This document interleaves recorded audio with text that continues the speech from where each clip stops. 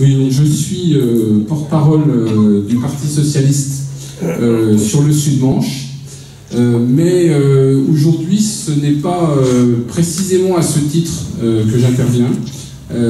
J'ai proposé à Laurent Geoffrin, qui d'habitude se protège dans sa thébaïde grandvillaise du monde parisien, et je remercie Laurent d'abord d'avoir accepté d'animer ce débat. En regardant ce qu'il avait écrit depuis les élections présidentielles, je me suis dit que ça peut être intéressant que Laurent introduise un débat que j'ai intitulé « À l'intention des électeurs de gauche ». Que les choses soient claires, je ne me suis pas prononcé sur le fait que les personnes présentes ici ou les personnes invitées étaient nécessairement de gauche.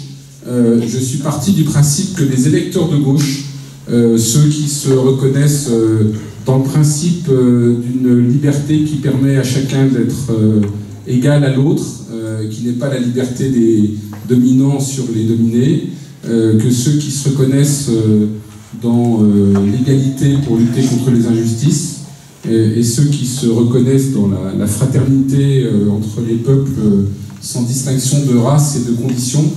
Je suis parti du principe que ces électeurs de gauche avaient pour ces élections législatives un choix assez large, et donc j'avais proposé à l'ensemble des principaux candidats représentant ces choix, de la France insoumise jusqu'à Bertrand Sort, le représentant de ni droite ni gauche sur notre circonscription, dont je pensais que tous allaient s'adresser à des électeurs de gauche.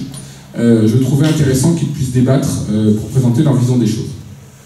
Pour différentes raisons, tant la France insoumise que le Front de gauche n'ont pas souhaité participer à ce débat, considérant que, je schématise un peu, mais à peine, c'était un débat entre gens de droite. On va leur laisser cette interprétation. Il me paraissait intéressant qu'il y ait ce débat, donc je voulais enfin remercier et Nicolas Ferreira, donc, qui est le candidat d'hiver gauche, conseiller municipal délégué à Avranches, et investi également par le Parti Socialiste, de participer à ce débat, et Bertrand Sort, donc le candidat de La République En Marche, d'avoir accepté de participer à ce débat. Voilà. Je m'arrête là, je vous remercie de votre présence et je laisse la parole à Laurent qui a accepté d'introduire nos propos. Merci beaucoup.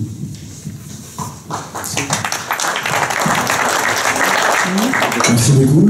Écoutez, je suis très content d'avoir répondu à cette invitation qui est très amicale et je suis honoré finalement d'avoir été convié à parler devant vous. Je ne suis pas exactement Grandvillais, je suis Grandvillais intermittent. J'ai une maison pas très loin d'ici, au bord de la mer. Donc je viens souvent à Granville et puis j'ai des attaches ici parce que ma femme qui est là-bas, qui se cache derrière, elle est de Villequieux-les-Poils. Oui. Et donc c'est un pays qui n'est pas mon cas. Mais je suis content de rencontrer évidemment les gens de Granville. Je vais donner un peu mes idées, mes analyses sur la situation, et puis on laissera la parole largement aux deux candidats qui ont accepté de discuter autour de cette table, et puis à la salle éventuellement. Je ne suis pas neutre, je dirige un journal qui est un journal de gauche, mais mon propos n'est pas un propos comment dire, équilibré ou objectif. Bon, je parle avec ma subjectivité, j'espère que vous me pardonnerez. Et donc je vais donner un avis, qui est un avis subjectif et forcément orienté, et puis quiconque voudra corriger le fera. Je vais partir d'une question toute simple, qui domine, qui plane comme ça sur la discussion politique qui s'est développée depuis un an, un peu plus. Et cette question est la suivante: la gauche va-t-elle disparaître? C'est une question qui heurte beaucoup de gens, j'imagine beaucoup de gens parmi nous, puisque l'invitation a été lancée aux électeurs de gauche, j'imagine qu'il y en a un certain nombre dans cette salle. Et donc, mais c'est une question qui peut se poser, soit que les résultats de l'élection marginalisent finalement au Parlement les députés de gauche, soit que, alors là ça devient plus ardu, c'est-à-dire que l'idée même de la distinction droite-gauche va-t-elle s'effacer? C'est une chose qu'on dit souvent, et c'est une chose qui a d'ailleurs été à la base du succès du parti d'Emmanuel Macron, puisqu'il s'agit pour lui de dépasser le clivage droite-gauche, de prendre les meilleurs hommes ou les meilleures idées à droite et à gauche. Donc c'est une question qui s'est posée, qui se pose et qui va se poser. Elle n'est pas du tout théorique, parce que si on regarde d'abord le deuxième tour des élections présidentielles, il n'y avait pas de gens de gauche. C'est la deuxième fois que ça se produit, dans la Ve République. La première fois, c'était considéré comme une sorte d'accident. Là, ça a été longuement annoncé, préparé. Personne n'a été pris par surprise. Et la gauche a été éliminée sèchement pour ce qui est d'abord des écologistes, ils n'ont même pas eu de candidat au premier tour, assez sèchement pour le Parti Socialiste, qui a fait un des plus mauvais scores de son histoire, et puis même pour la France Insoumise, qui a fait un excellent score, ils ont été déçus, puisque à un moment, Mélenchon a pensé qu'il allait peut-être réussir à franchir le cap du premier tour. Il n'y avait pas de candidat de gauche au deuxième tour, l'élection présidentielle, qui est l'élection majeure dans la République française. Une chose importante. Et deuxièmement, quand on regarde les projections, je sais bien que les sondages, il faut les prendre avec précaution, mais les sondages qui ont été faits avant les deux scrutins présidentiels étaient assez justes.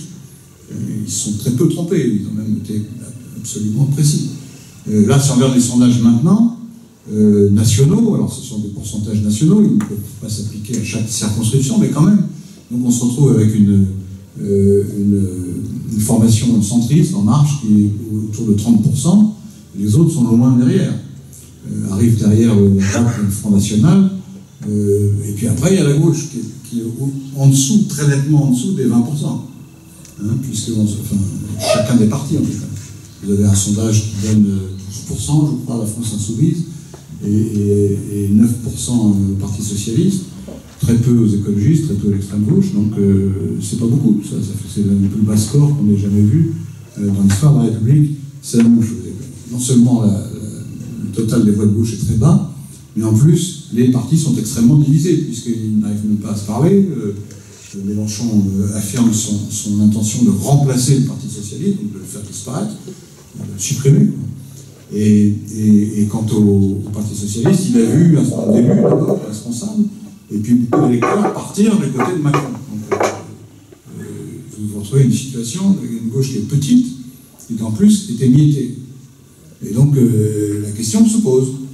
Et la question se pose aussi parce que les débats tels qu'ils se sont déroulés, avec le Front National, avec En Marche, avec d'autres formations, effectivement, parfois se sont organisés autour de clivages qui n'étaient plus le clivage droite-gauche. Il y a au moins 3 clivages qui maintenant font le fond du débat public. Un, entre l'Europe et la nation, où il y a des partis anti-européens et d'autres qui sont pro-européens. C'est principalement le Front National, mais il y a une sensibilité anti-européenne aussi dans la gauche radicale. Vous avez un autre débat qui est cher aux militants d'En Marche, c'est le débat entre les progressistes et les conservateurs. Vous voyez, il y a les progressistes d'un côté, qui veulent faire des réformes, et puis il y a les conservateurs de droite et de gauche, qui sont différents, mais qui sont conservateurs. Le clivage important, c'est ceux qui veulent changer et ceux qui ne veulent pas changer. C'est plus le clivage droite-gauche. Et puis il y a encore un autre clivage qui recoupe en partie les deux premiers. C'est le clivage entre le peuple, selon les promoteurs de cette idée, le peuple d'un côté et l'oligarchie de l'autre. Et c'est une rhétorique qu'on entend à la fois dans la France Insoumise et dans le Front National. Et donc là, on ne parle plus de droite et de gauche. D'ailleurs, même les gens de Mélenchon, qui viennent évidemment de la gauche, qui sont de gauche, n'emploient pas le mot gauche, très peu. Ils emploient, on représente les gens, on représente le peuple contre l'oligarchie et non pas la gauche. Même si leurs idées sont, leur itinéraire, évidemment, les rattache à la gauche, mais quand même, ils évitent d'employer le mot. Donc la question se pose. Et il est possible que dans un mois, on se retrouve avec un paysage politique, parlementaire en tout cas, et au niveau des responsables de l'État, où la gauche a disparu, où elle est marginalisée, avec une très faible représentation parlementaire, et avec la domination énorme d'un seul parti, puisqu'il y a un phénomène mécanique, je ne sais pas s'il va se traduire ici, j'espère que non pour vous, mais si le candidat d'En Marche est au deuxième tour, comme il est à 30% nationalement, comme les candidats d'En Marche sont à 30% en moyenne, donc ils seront souvent au deuxième tour. Et au deuxième tour, si celui qui est en face est de droite, beaucoup de gens de gauche, ils vont s'abstenir, mais il y en a beaucoup qui vont voter pour En Marche, pour éviter la droite, pour l'extrême droite. Et puis si c'est un candidat de droite qui est en face, ou de gauche qui est en face, c'est l'inverse. Les électeurs de droite vont dire, bon, ben, on va choisir le moindre mal, on va voter En Marche, parce que autrement c'est la gauche. Et donc on a des projections maintenant, à cause de ce mécanisme, à mon avis, qui mettent En Marche à 350 députés, 400 députés même, dans certaines projections, ce qui est colossal, qui n'est jamais vu pratiquement dans l'histoire de la Ve République. Les socialistes avaient été majoritaires tout seuls en 81, mais à un niveau quand même moindre. Là, si ça se trouve, on va avoir une chambre. Il y a eu des chambres, comme ça, dans l'histoire de France. Il y avait la chambre dite introuvable, qui était composée de monarchistes de manière écrasante. Et puis il y avait la chambre Bleu Horizon, qui était composée de députés patriotes, conservateurs, et qui dominaient entièrement la chambre des députés au sortir de la Première Guerre. Donc on va se retrouver dans une situation comme ça, où le parti dominant va être ultra dominant. Alors, est-ce que ça va se produire? Alors, deux remarques sur ce point. Je ne crois pas que ce soit souhaitable. Deuxièmement, je pense que même si ça se produisait, au moins l'idée, au moins le patrimoine moral, politique, philosophique, idéologique de la gauche continuera de perdurer. Et peut-être pas au Parlement, mais ailleurs. Je vais m'expliquer sur ces deux points. Alors pourquoi c'est pas souhaitable? D'abord, si le parti République En Marche domine toutes les institutions, l'alternative, et que la gauche est marginalisée, l'alternative c'est la droite. C'est la droite dure. C'est le Front National, la droite dure. Et donc on aura à ce moment-là une division politique, une répartition des forces qui fera que ceux qui gouvernent dominent le centre de l'échiquier, et ceux qui critiquent, ceux qui sont l'alternative, c'est une droite extrêmement conservatrice, nationaliste, dure. Et si jamais, ça peut se produire, ça s'est déjà produit, le gouvernement ne parvient pas à atteindre ses objectifs, s'il est impopulaire, à l'élection suivante, l'alternance, elle se fait avec la droite dure. Ce qui me paraît un risque réel, donc c'est un peu dangereux. Deuxièmement, le fait qu'un seul parti domine comme ça l'ensemble de l'édifice institutionnel fait qu'il est à la fois vainqueur, triomphateur, mais il n'est pas représentatif, parce qu'il ne représente que 30-40% des gens, et tous les autres sont hors les murs. Ils ne sont même pas dans le cœur de l'institution où on débat. Et donc le risque, là aussi, c'est que l'opposition, faute d'être au Parlement, elle se retrouve à l'extérieur. Par exemple, dans la rue. Et donc les lois qui sont passées passent sans aucun problème à l'Assemblée, mais après, on se retrouve avec une société fracturée, divisée, qui va contester les décisions prises par cette majorité, soufflée en quelque sorte par le mode de scrutin. Et c'est un phénomène plutôt, à mon avis, assez malsain. Et c'est un risque aussi pour la société française de voir le système politique. Ce serait un paradoxe d'ailleurs, puisque il y a un vent de renouveau qui souffle, c'est ça qui porte le parti En Marche. Ce renouveau aboutirait finalement à ce que le monde politique soit finalement également coupé d'une manière différente, mais également coupé de la société, un peu comme il était avant, pour d'autres raisons. Et donc il y a une vraie question là-dessous. Est-ce qu'on veut un système politique déséquilibré au fond à ce point? C'est une question. Et alors la deuxième réflexion, c'est est-ce que c'est vraiment possible? Est-ce que cette disparition ou cet effacement à l'échelle institutionnelle correspond à un effacement dans la société? Alors ça, je ne crois pas. Je ne crois pas parce que les trois clivages que j'ai indiqués, Europe-nation, oligarchie-peuple, ou progressisme-conservatisme, ne traitent pas le cœur d'une question qui continue à agiter et à traverser, à informer, comme on dit, les sociétés occidentales ou même le monde entier, la plupart des pays. C'est la question de l'inégalité. cette question-là est peu traitée par ces clivages-là. On peut être pour l'inégalité en étant pour l'Europe ou contre l'Europe. On peut être nationaliste et pour l'inégalité ou pour l'égalité, ça dépend. Et du coup, la question de la répartition des richesses, du rapport entre ceux qui dominent et ceux qui sont dominés, du rapport entre ceux qui ont un mode de vie confortable et les autres qui sont très défavorisés, devient finalement, elle passe un peu au second plan.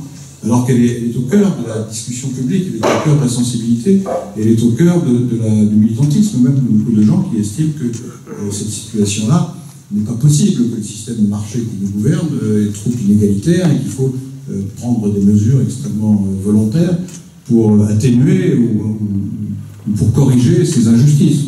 Et cette aspiration à la justice sociale, elle reste au cœur de la discussion politique dès lors qu'on quitte un peu les questions programmatiques étroites ou les questions d'opportunités conjoncturelles.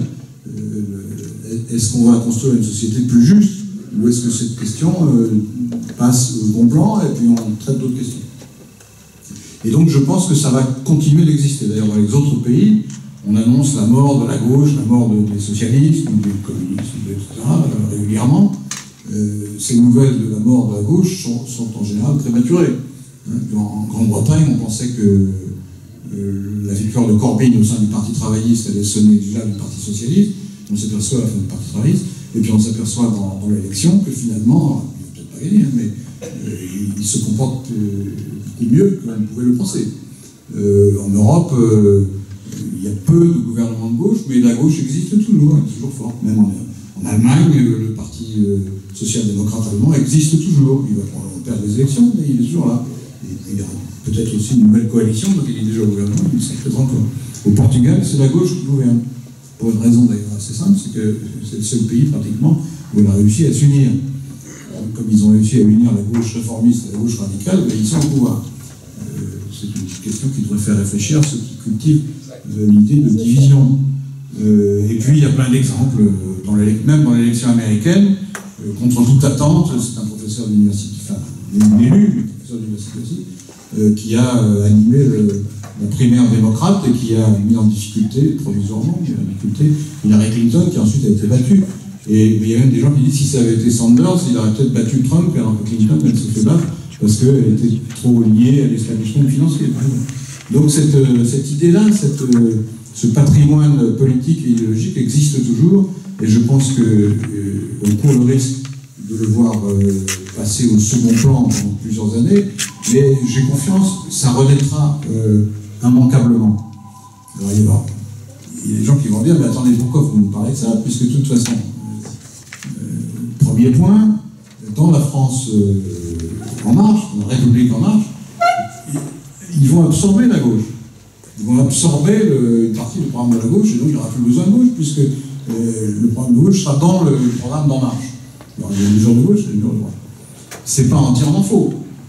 Quand on lit le programme de Macron, il y a des mesures, je ne vois pas au nom de quoi un député de gauche ne les voterait pas. Exemple, le projet de loi sur la moralisation qui vient d'être présenté. Il faut être un peu tordu pour dire, mais non, c'est horrible, cette moralisation de la vie politique, on n'en veut pas. Les mesures qui sont proposées sont des mesures qui sont demandées depuis longtemps par plein d'associations, par le Modem, qui fait une campagne depuis 20 ans là-dessus, et par d'autres, beaucoup d'autres. Même dans Libération, on avait publié un numéro entier pour proposer un certain nombre de mesures pour moraliser la vie politique. On les retrouve dans le projet Bayrou. Vraiment un peu vicieux pour dire, ben non, finalement, je ne le vote pas. Ça, ce serait le vieux système, effectivement, qu'En Marche avait dénoncé en disant, il y a les gens, puisqu'ils sont de droite, ils ne votent pas pour des mesures qu'ils auraient adoptées même s'ils avaient été au pouvoir. Donc, cette attitude, effectivement, n'est plus de saison.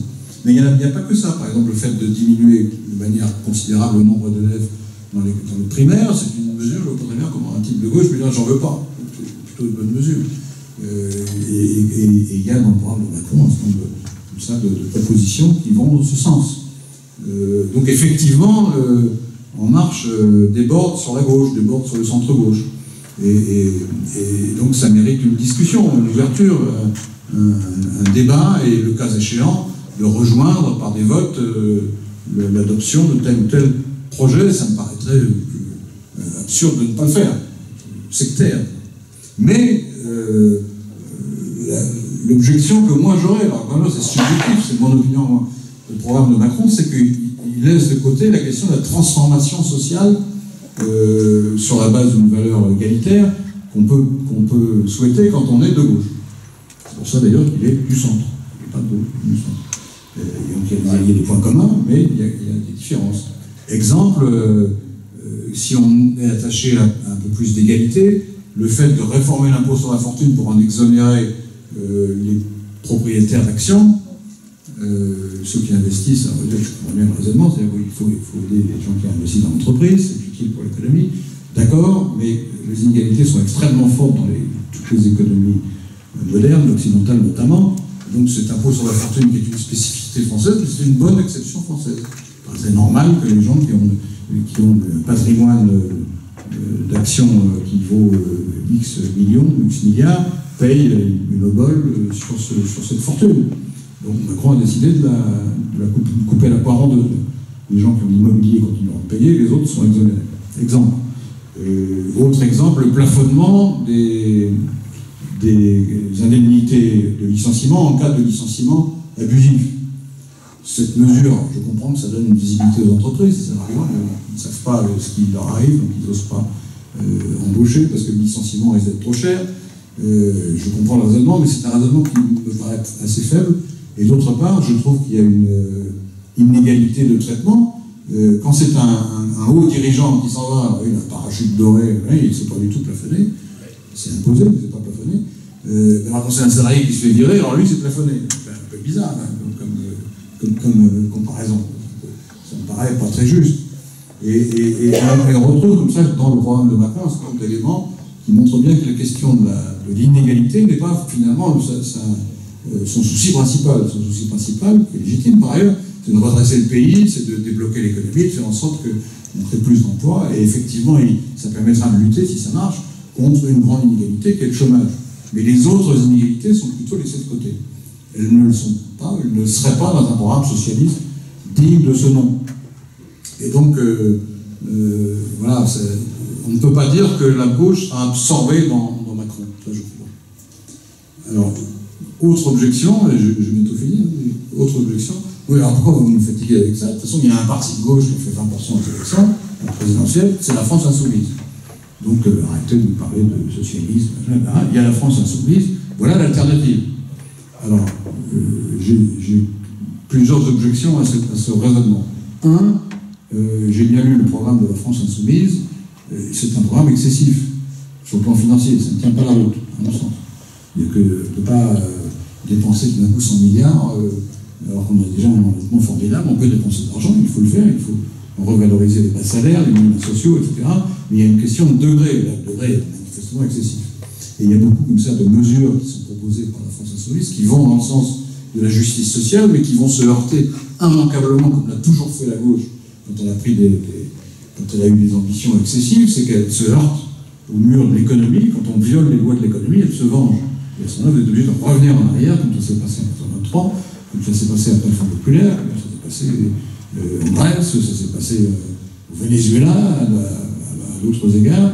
Quand vous allez trop loin en violentant comme ça les lois économiques, ça se retourne finalement, y compris contre les gens les plus défavorisés, qui sont ceux qui payent le premier, parce que vous avez des difficultés financières, des difficultés d'inflation, de déficit extérieur, de déficit national, ben, tout le monde paye, et ceux qui ont moins d'argent, ça leur fait plus mal que les autres. Il y a une question supplémentaire sur la France Insoumise, c'est l'Europe. Le discours est ambigu quand on dit voilà, on va réformer l'Europe et il y a un plan B, dans le plan B on sort, comme les propositions qui sont faites sont pratiquement inacceptables pour les partenaires européens, ça veut dire qu'on sort. Mais on ne le dit pas. Et si on sort de l'Europe, ça me paraît dommageable. Ça, c'est mon opinion. Et enfin, le dernier point qui me paraît le plus important, parce qu'après tout, on peut discuter des mesures sociales, ça. Après tout, le Parti socialiste a bien fait une alliance avec le Parti communiste pendant très longtemps, et les radicaux aussi, et ils se sont débrouillés pour faire un programme commun. Aujourd'hui, ça paraît impensable, mais ça a été fait. Et à l'époque, la distance idéologique entre le Parti communiste et les autres était énorme, parce que le Parti communiste se référait plutôt au modèle soviétique. Donc c'était une différence colossale. Et pourtant, ils se sont mis d'accord pour gouverner ensemble. Ça va être possible, comme ils l'ont fait au Portugal. Le problème, c'est ce discours consistant à dire les autres sont des traîtres, tous, presque tous, ou alors ce sont des idiots utiles, des traîtres, et donc on n'en veut plus. Et on va les remplacer. Donc on va remplacer un parti de gauche réformiste par un parti de la gauche radicale. Mais ça suppose que tout le monde devienne de la gauche radicale, ce qui, oui, pourquoi pas, mais ça me paraît très peu probable. Il y a toujours une sensibilité chez les gens qui veulent changer les choses. Il y en a qui disent qu'il faut y aller très dur, et il y en a d'autres qui disent non, on va y aller par étapes, parce que vous comprenez, autrement on va casser la baraque, et on va faire des bêtises. Donc ces deux sensibilités existeront toujours à gauche. Et donc il faut essayer de les réunir. Et si on ne les réunit pas, l'expérience historique depuis le début du mouvement ouvrier montre que c'est impossible de gagner. C'est impossible. Donc cette idée, on va virer le Parti Socialiste, on va virer tous ces réformistes, etc., ou le PS ou d'autres d'ailleurs, et puis on va les remplacer, est une idée ça ne se fera pas, d'abord. Deuxième point, si ça se faisait, c'est condamner le camp progressiste ou le camp de la gauche à la minorité éternelle, parce que ça ne marchera pas. On peut gagner comme ça sur un présidentiel avec un coup de bol, Mélenchon n'était pas très loin. Mais après, il faut faire une majorité à l'Assemblée, c'est toujours facile. Et puis, on ne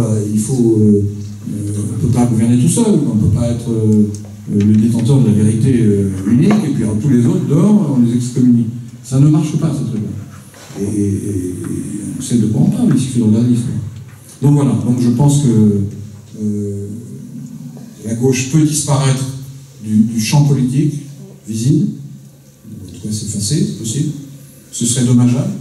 Non pas qu'elle puisse gagner, c'est possible, je ne crois pas, mais au moins qu'elle existe en tant que force d'opposition. Et deuxièmement, à terme, l'espérance d'une société juste demeurera, quoi qu'il arrive.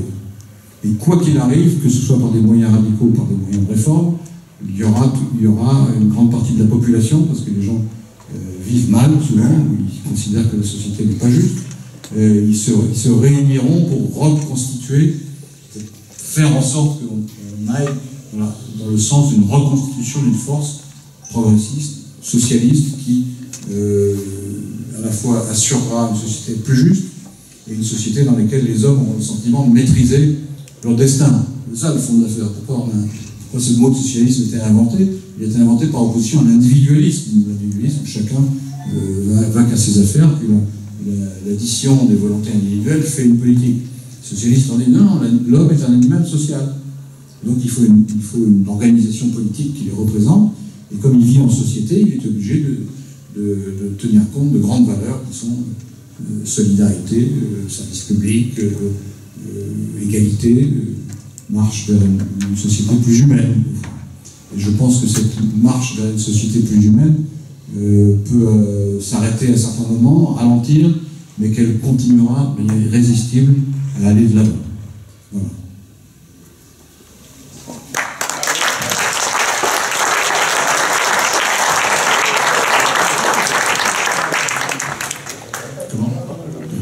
On va passer maintenant aux choses sérieuses. Écoutez, les candidats. C'est quoi votre question ?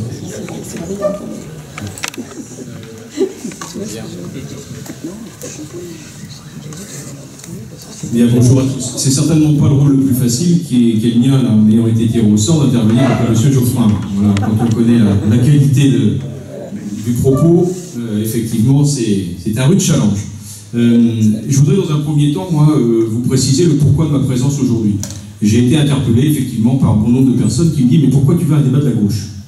T'es pas un gars de la gauche, t'es pas un candidat de la gauche. » Aujourd'hui, je me considère un candidat capable de débattre, surtout.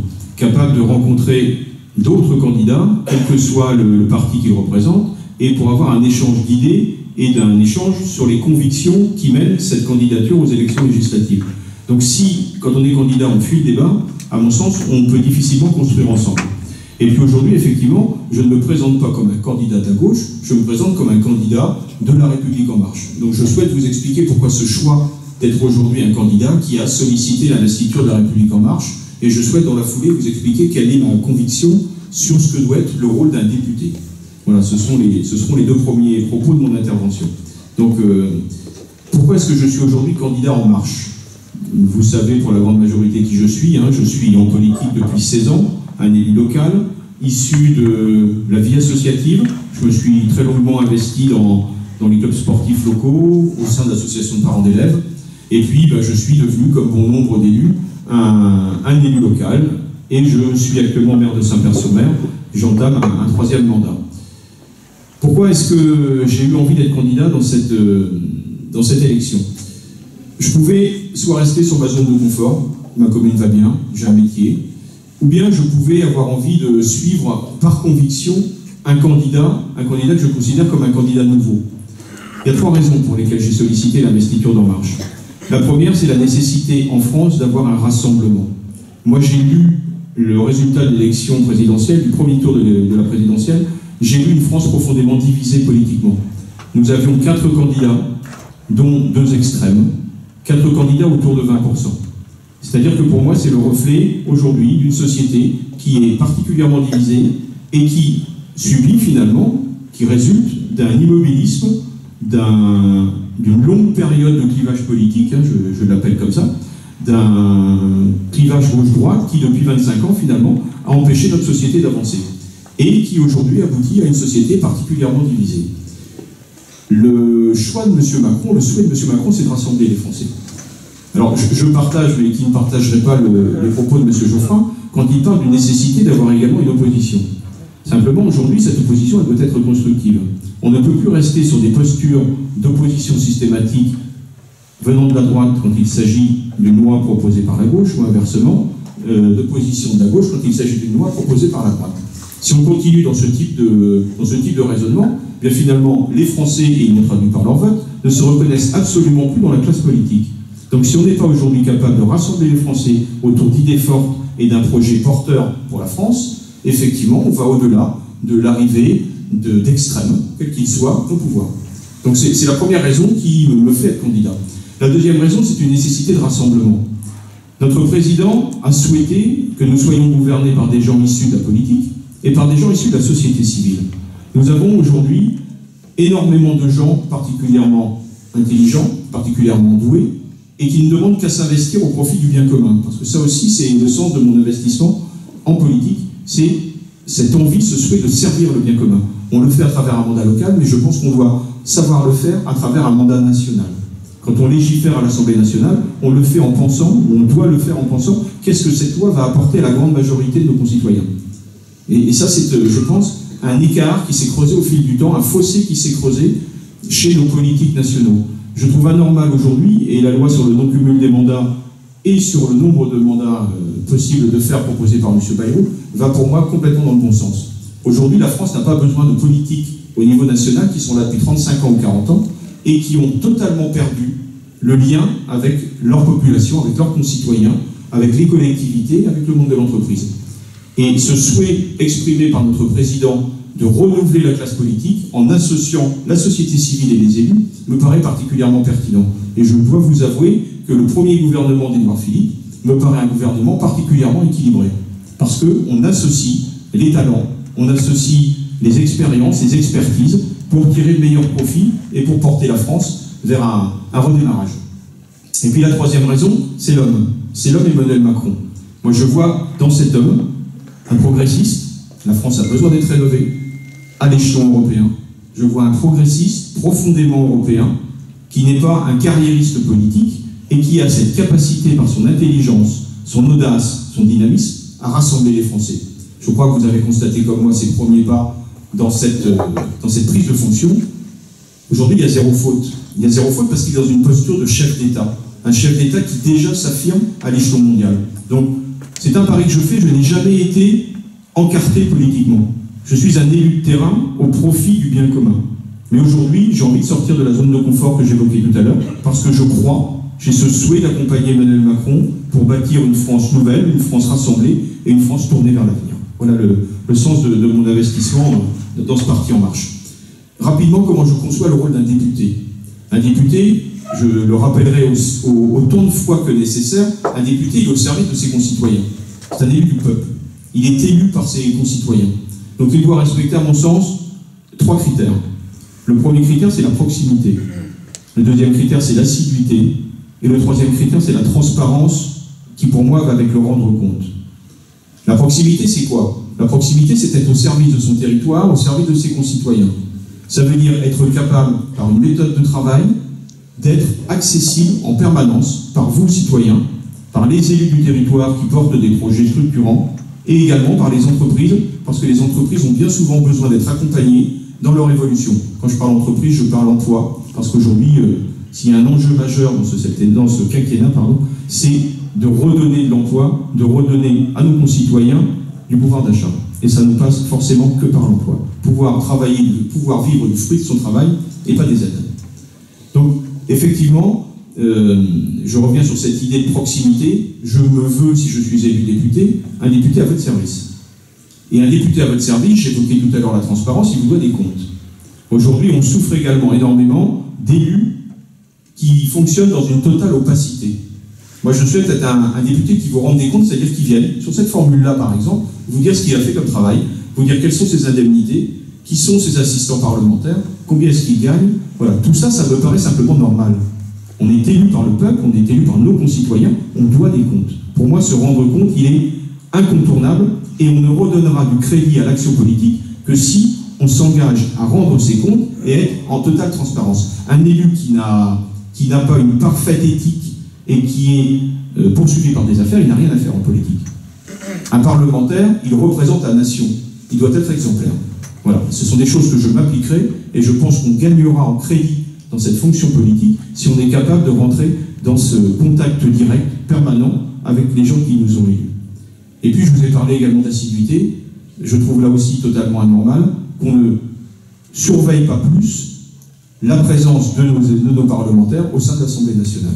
Alors effectivement, on sort actuellement des enquêtes, des statistiques. Vous êtes classé numéro 22, numéro 27, vous avez eu 1243 jours de présence. Je trouve qu'on n'avait pas besoin d'avoir ces statistiques à faire.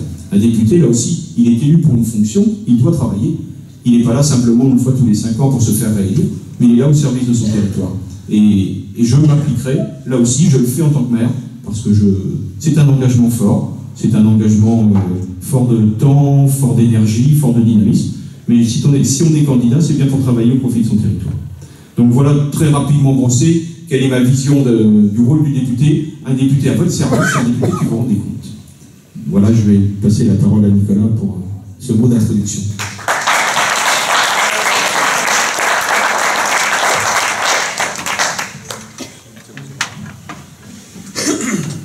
Bonjour à tous, merci Laurent Geoffrin pour votre introduction très constructive et qui faisait appel à beaucoup de références historiques. Effectivement, je pense qu'aujourd'hui on en a encore besoin de ces références historiques.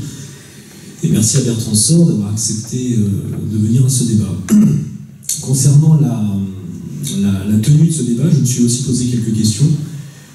Débat donc organisé par la section par socialiste local, et moi je me suis demandé, je vais le dire franchement, ce que le candidat En Marche faisait parmi les invités.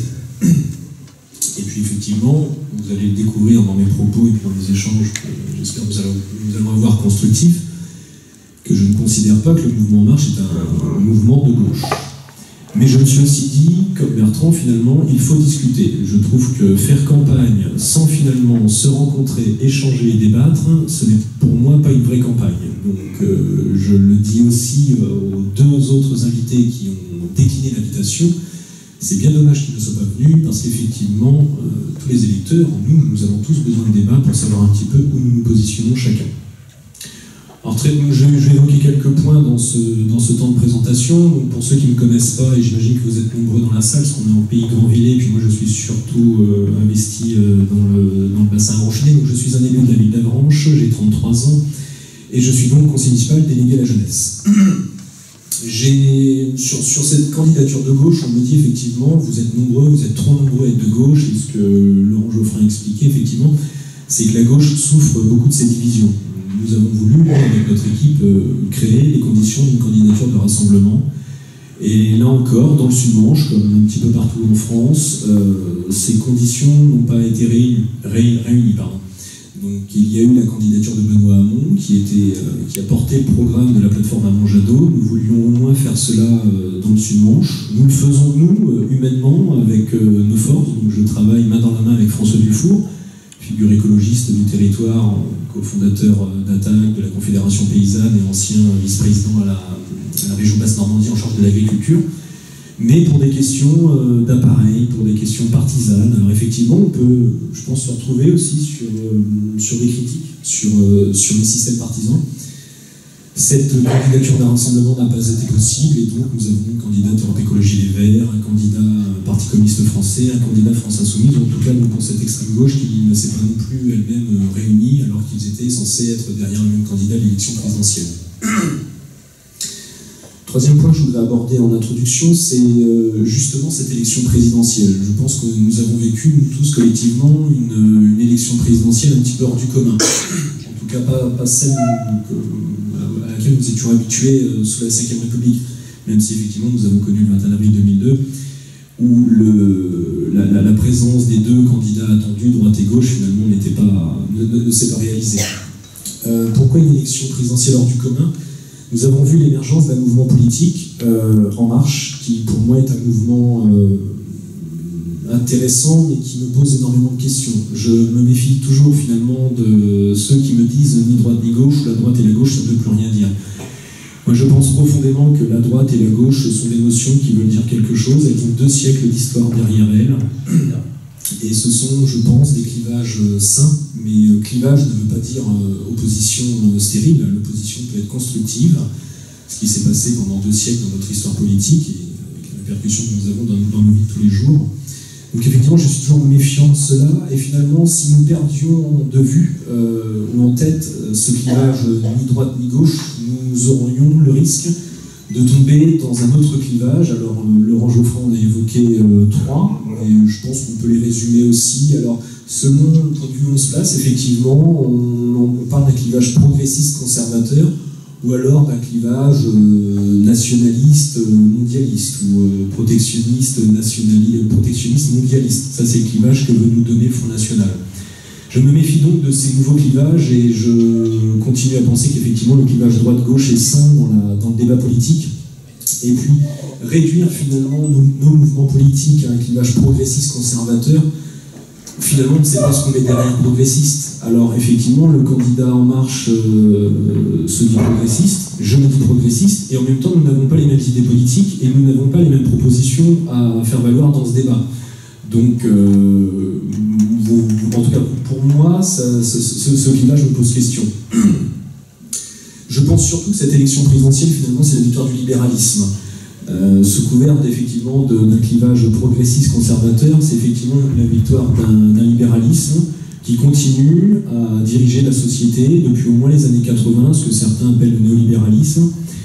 Et je pense que finalement le second tour que nous avons pu vivre, Emmanuel Macron, Marine Le Pen, c'est finalement dû non pas à un clivage droite-gauche qui pourrait paraître stérile, mais plutôt qui est dû à des fractures sociales, économiques, culturelles qui traversent notre pays. On a bien vu, on voit bien une France coupée en deux avec des territoires qui sont inscrits dans la mondialisation, on s'en sort plus ou moins bien, notre territoire en est un exemple, on a des atouts, on ne souffre pas d'un chômage de masse trop important. Et à côté de ça, effectivement, il y a d'autres territoires en France où là, il y a beaucoup plus de difficultés sociales, des jeunes qui ne trouvent pas d'emploi, des moins jeunes qui perdent de l'heure parce que la mondialisation les font souffrir et les frappe directement. Donc, moi, je pense sincèrement que cette victoire du libéralisme à l'élection présidentielle est pour moi dangereuse pour le pays, parce que plus de libéralisme provoque ensuite une réaction vers des partis nationaux populistes. On peut le voir un petit peu partout en Europe, effectivement. Plus il y a un accroissement des inégalités, un accroissement des inégalités des richesses, plus effectivement ce sont des partis nationaux populistes, comme ce que nous avons vécu avec l'explosion du nombre d'électeurs de Marine Le Pen. Quasiment un peu plus de 10 millions d'électeurs ont choisi Marine Le Pen au second tour de l'élection présidentielle. Je suis donc finalement très inquiet sur cette montée des inégalités qui, en répercussion, provoque cette montée des extrêmes droites. Alors, cette élection, finalement, ça a été aussi un débat, ou un non-débat, un débat sur le meilleur candidat pour battre Marine Le Pen. Donc on n'a pas pu, enfin, moi je considère que beaucoup de Français n'ont pas pu voter pour leurs idées, pour leurs choix, pour ce qu'ils voulaient pour leur pays, leurs enfants, leurs parents, leurs grands-parents. Ils ont surtout voté contre Marine Le Pen. Tous les débats du premier tour ont été réduits à cela, effectivement, qui sera le meilleur pour Marine Le Pen. Et au second tour, effectivement, nous nous sommes tous retrouvés, en tout cas je l'imagine, je l'espère. Là, c'était une évidence, effectivement, nous nous sommes retrouvés pour voter contre Marine Le Pen. Donc, je pense qu'il serait sain de ne pas reproduire maintenant ce vote contre aussi aux élections législatives. Je suis donc très heureux de participer à ce débat, qu'il y ait enfin un débat d'idées et que nous ne soyons pas juste dans un vote contre le député sortant, mais aussi pour ce que vous voulez, pour les idées que nous voulons, pour les projets que nous voulons mettre en place et pour l'avenir que nous voulons pour la France. Sur ce clivage progressiste, je l'ai évoqué, alors maintenant c'est la gauche, en tout cas celle que nous voulons, celle que nous voulons construire pour demain. Effectivement, la gauche d'aujourd'hui est malade, elle est à reconstruire, elle est éparpillée. On a une extrême gauche, et je vais pas reprendre tous les propos de Laurent Geoffrin, que je partage totalement, qui est éclatée, une extrême gauche très populiste, qui finalement a puisé beaucoup d'électorats, un électorat qui était normalement plutôt de tendance du Parti Socialiste, qui pour moi effectivement la gauche moderne est une gauche de progrès social, de transition économique et écologique, une gauche qui doit reconstruire l'Union européenne plus démocratique, plus sociale, et finalement une gauche qui doit faire en sorte que dans la société chacun trouve sa place. Chacun trouve sa place et qu'il s'agit aussi de donner plus à ceux qui ont moins. Effectivement, c'est toute l'histoire de la gauche a été effectivement de réduire les inégalités. Et je pense que la gauche se perd si effectivement elle perd ce combat. Elle oublie ce combat de la réduction des inégalités. Sur le rôle du député, enfin pour conclure mon petit mot d'introduction, je partage bien évidemment les propos de Bertrand Sort. Je m'engage aussi à être un député transparent, un député qui travaille pour sa circonscription, un député qui ne cumulera pas. Alors tout ça, et là effectivement, ce que disait Laurent Geoffrin, ça fait partie des choses qui rassemblent normalement tous les députés de droite et de gauche et de marche qui seraient dans une démarche constructive. On ne peut pas, et ce ne serait pas normal, de s'opposer à n'importe quelle loi de moralisation de la vie publique, de transparence de la vie publique. Mais tout ça, ça ne fait pas un programme. On n'est pas élu juste pour dire qu'effectivement, vous allez connaître le nom de nos assistants parlementaires. De toute façon, on les connaît déjà depuis la création de la Haute Autorité pour la Transparence de la vie publique. Nous connaissons tous dans la salle les 6 attachés parlementaires du député actuel. Nous connaissons tous le montant des indemnités, le montant de l'IRFM. Tout ça est très connu. Donc effectivement, ce n'est pas un programme politique que de dire juste que nous serons transparents, que nous travaillerons pour la population. Un mandat de député, enfin, ce n'est pas travailler que pour la population. Un mandat de député, pour ma part, je considère qu'il marche sur 2 jambes, un ancrage local, que nous avons tous les deux, effectivement, il faut connaître sa circonscription, connaître les besoins du territoire. Mais un mandat de député, c'est aussi travailler à l'Assemblée nationale avec les autres partis politiques, avec les autres groupes politiques. Les députés se retrouvent en commission pour travailler, et normalement, effectivement, s'ils sortent de leur barrière idéologique et travaillent pour le bien commun, les députés, mais ce qui se fait déjà, il ne faut pas caricaturer, travaillent et s'entendent sur des lois pour le bien commun, mais justement en mettant un petit peu de côté certaines envies, certaines volontés, et on arrive justement à des lois de consensus. Donc c'est ce que l'on appelle pour moi la démocratie. Ça existe déjà donc. Enfin voilà, tous les propos que je voulais vous tenir pour l'introduction. Je pense qu'on va rentrer dans le détail des mesures et des propositions plus concrètes, voir ce qui nous distingue plus précisément entre le programme et les valeurs portées par Bertrand Sort et moi-même.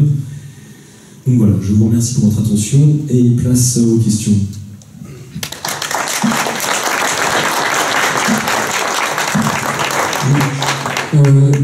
Si vous voulez bien, ce que je vous propose, c'est redonner la parole à Bertrand 5 minutes, et là, de nouveau la parole 5 minutes à Nicolas, en vous proposant de vous centrer sur les principales mesures de votre programme qui vous paraissent, au regard du débat qu'on vient d'avoir, caractériser votre candidature. Et justement vous différencier. Je crois que Laurent a insisté sur des points de convergence, heureusement, parce que nous sommes tous démocrates.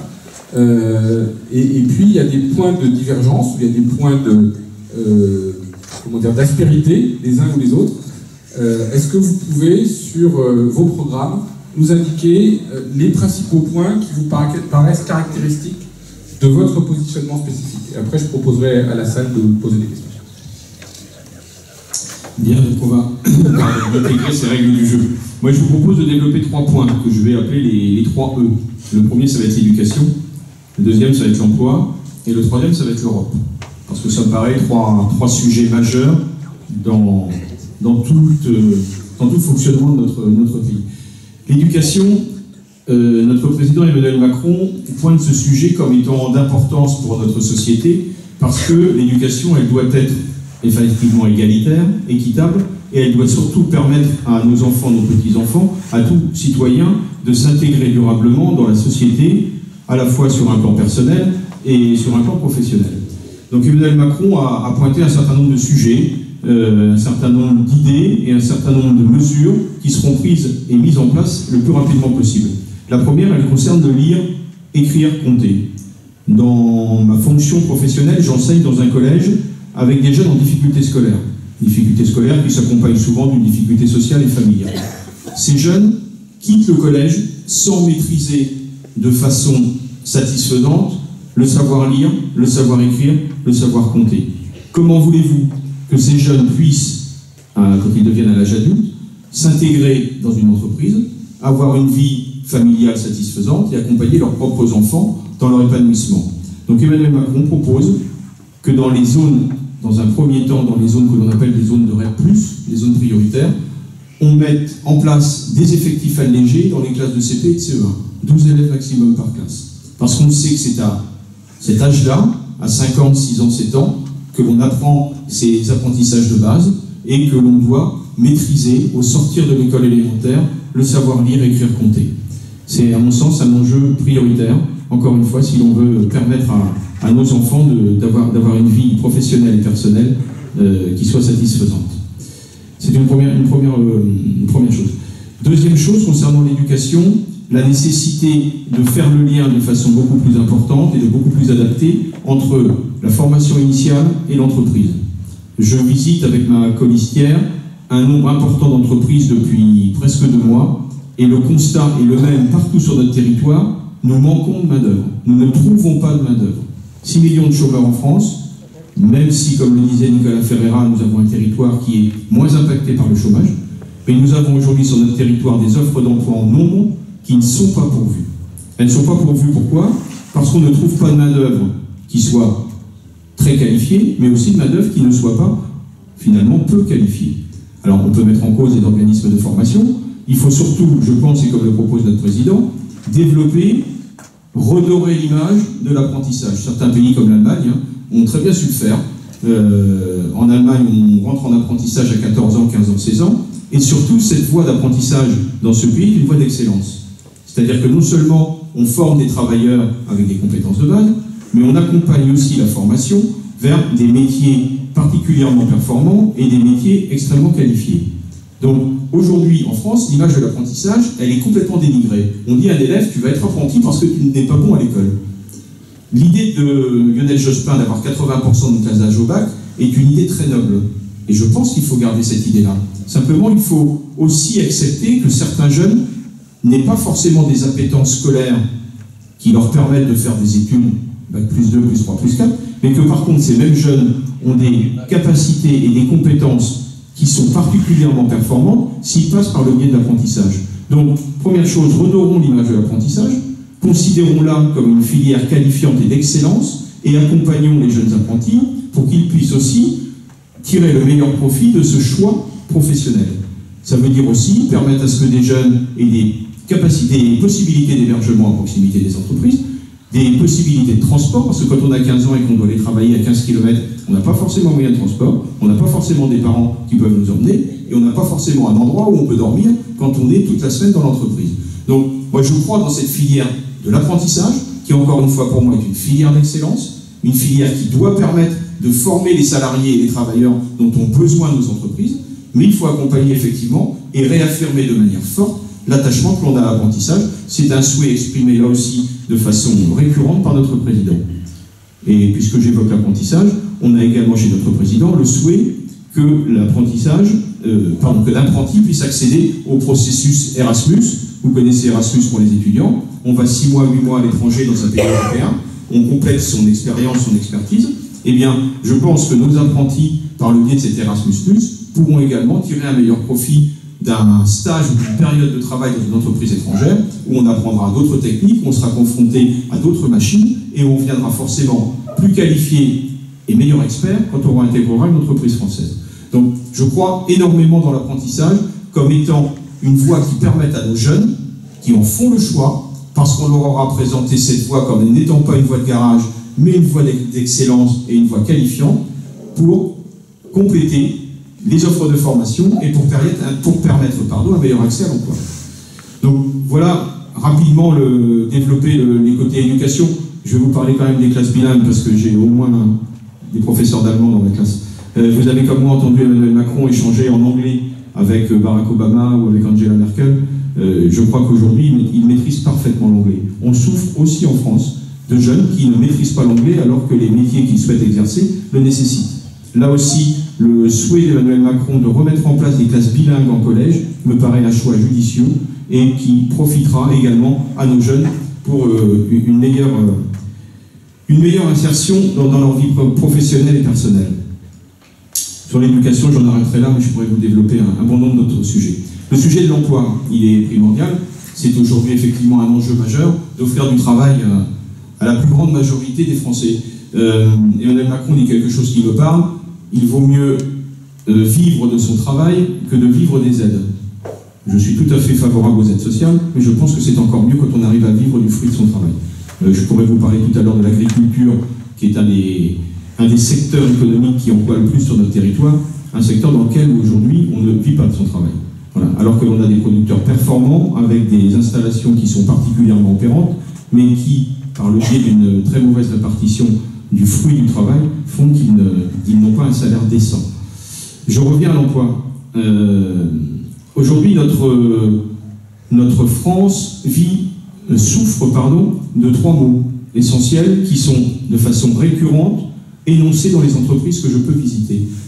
Le suradministratif, le sursécuritaire avec une superposition de normes et surtout le manque de flexibilité.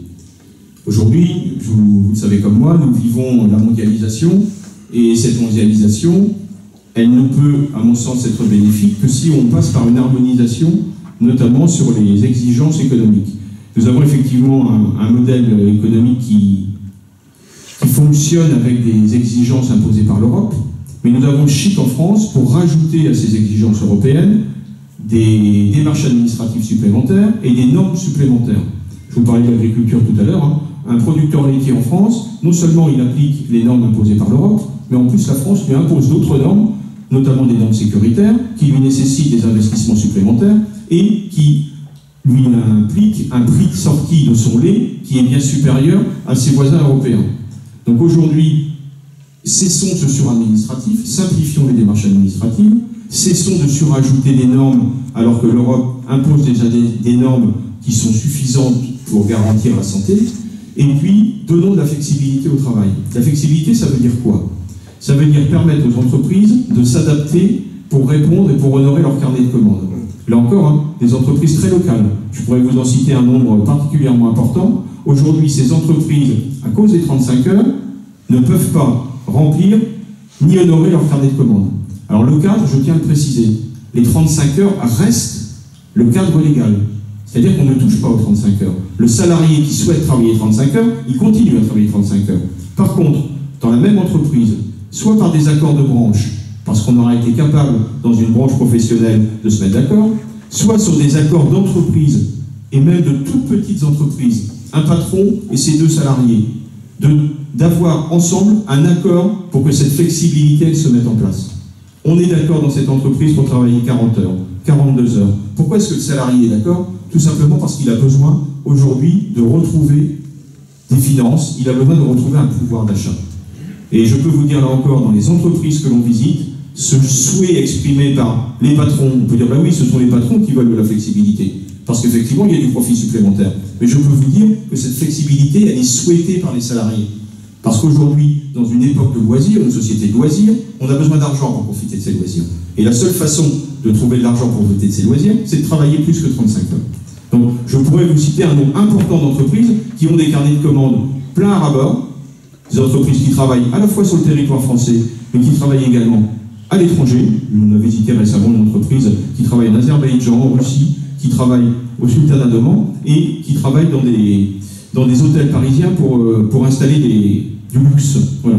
Cette entreprise aujourd'hui ne peut pas honorer son carnet de commandes parce qu'elle est contrainte par ces 35 heures. Et les mêmes salariés de cette entreprise nous ont unanimement dit, Nous, on souhaite travailler plus, parce qu'on a besoin, en travaillant plus, d'avoir un pouvoir d'achat supplémentaire. Donc redonnons de la souplesse à l'entreprise, une souplesse concertée, encore une fois, c'est pas une souplesse imposée, c'est une souplesse concertée et actée entre salariés et patronat, et on pourra effectivement générer un cercle vertueux qui est tout simple à mettre en place. Si on travaille plus, si on produit plus, si on a des ressources économiques supplémentaires, et on pourra derrière embaucher. Dernier sujet, j'ai Dominique devant moi qui me fait signe que je suis trop bavard, l'Europe. Alors effectivement, je vais peut-être prendre un petit peu de temps pour parler d'Europe, mais je pense que le sujet est d'importance. J'ai encore en mémoire, durant cette campagne des présidentielles, des candidats qui nous disaient qu'il fallait à tout prix sortir de l'Europe. Je vais me permettre de vous rappeler que l'Europe elle a été créée il y a 70 ans, d'abord pour garantir la paix. Nous sortions de 3 conflits mondiaux majeurs, avec comme source des belligérants qui étaient voisins en Europe, et on nous dit aujourd'hui qu'en sortant de l'Europe, on allait nous protéger, on allait protéger la France, on allait protéger nos concitoyens. Moi je suis profondément attaché à l'Europe. L'Europe nous garantit la paix. L'Europe, effectivement, économiquement, a réussi à poser des bases. Simplement, cette Europe, elle doit s'harmoniser socialement aujourd'hui.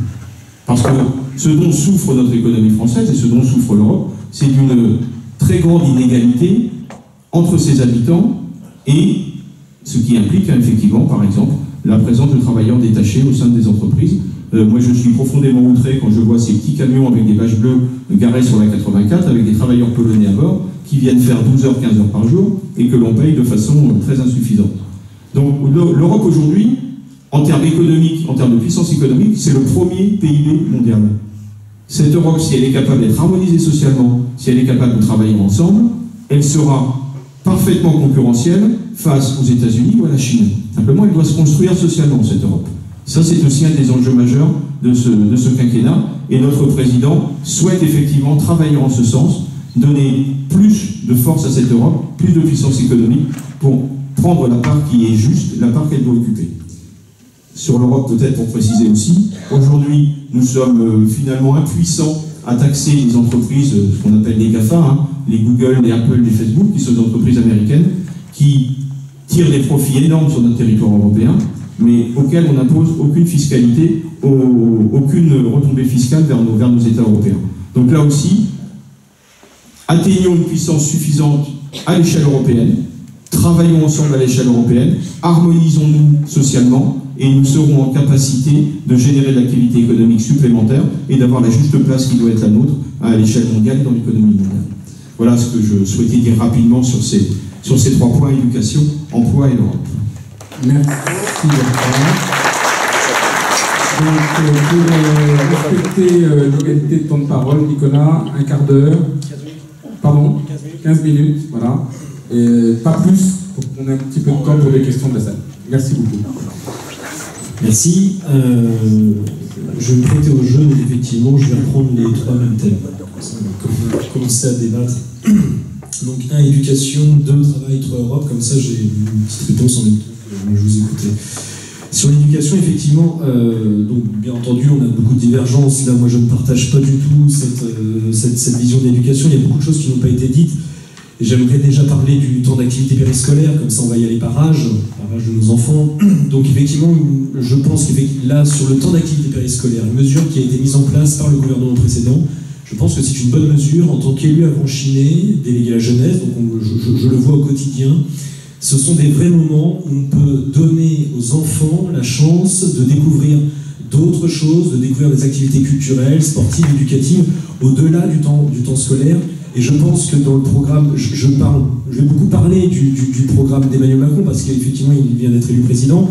Je pense que c'est très dangereux, finalement, de laisser le choix aux communes, ce qui est prévu, pour qu'elles décident si, oui ou non, elles mettront en place ces temps d'activité périscolaire. J'y vois là déjà une inégalité sur le territoire entre des enfants qui vivront dans une commune qui aura la volonté politique de leur faire découvrir d'autres activités en plus de leur temps scolaire, par rapport à des communes qui effectivement n'auront pas cette volonté politique. Et la volonté politique, après, elle se décline dans l'argent que nous mettons, donc dans l'argent, dans les moyens financiers, dans les moyens humains, à travers aussi les agents que nous mettons à disposition.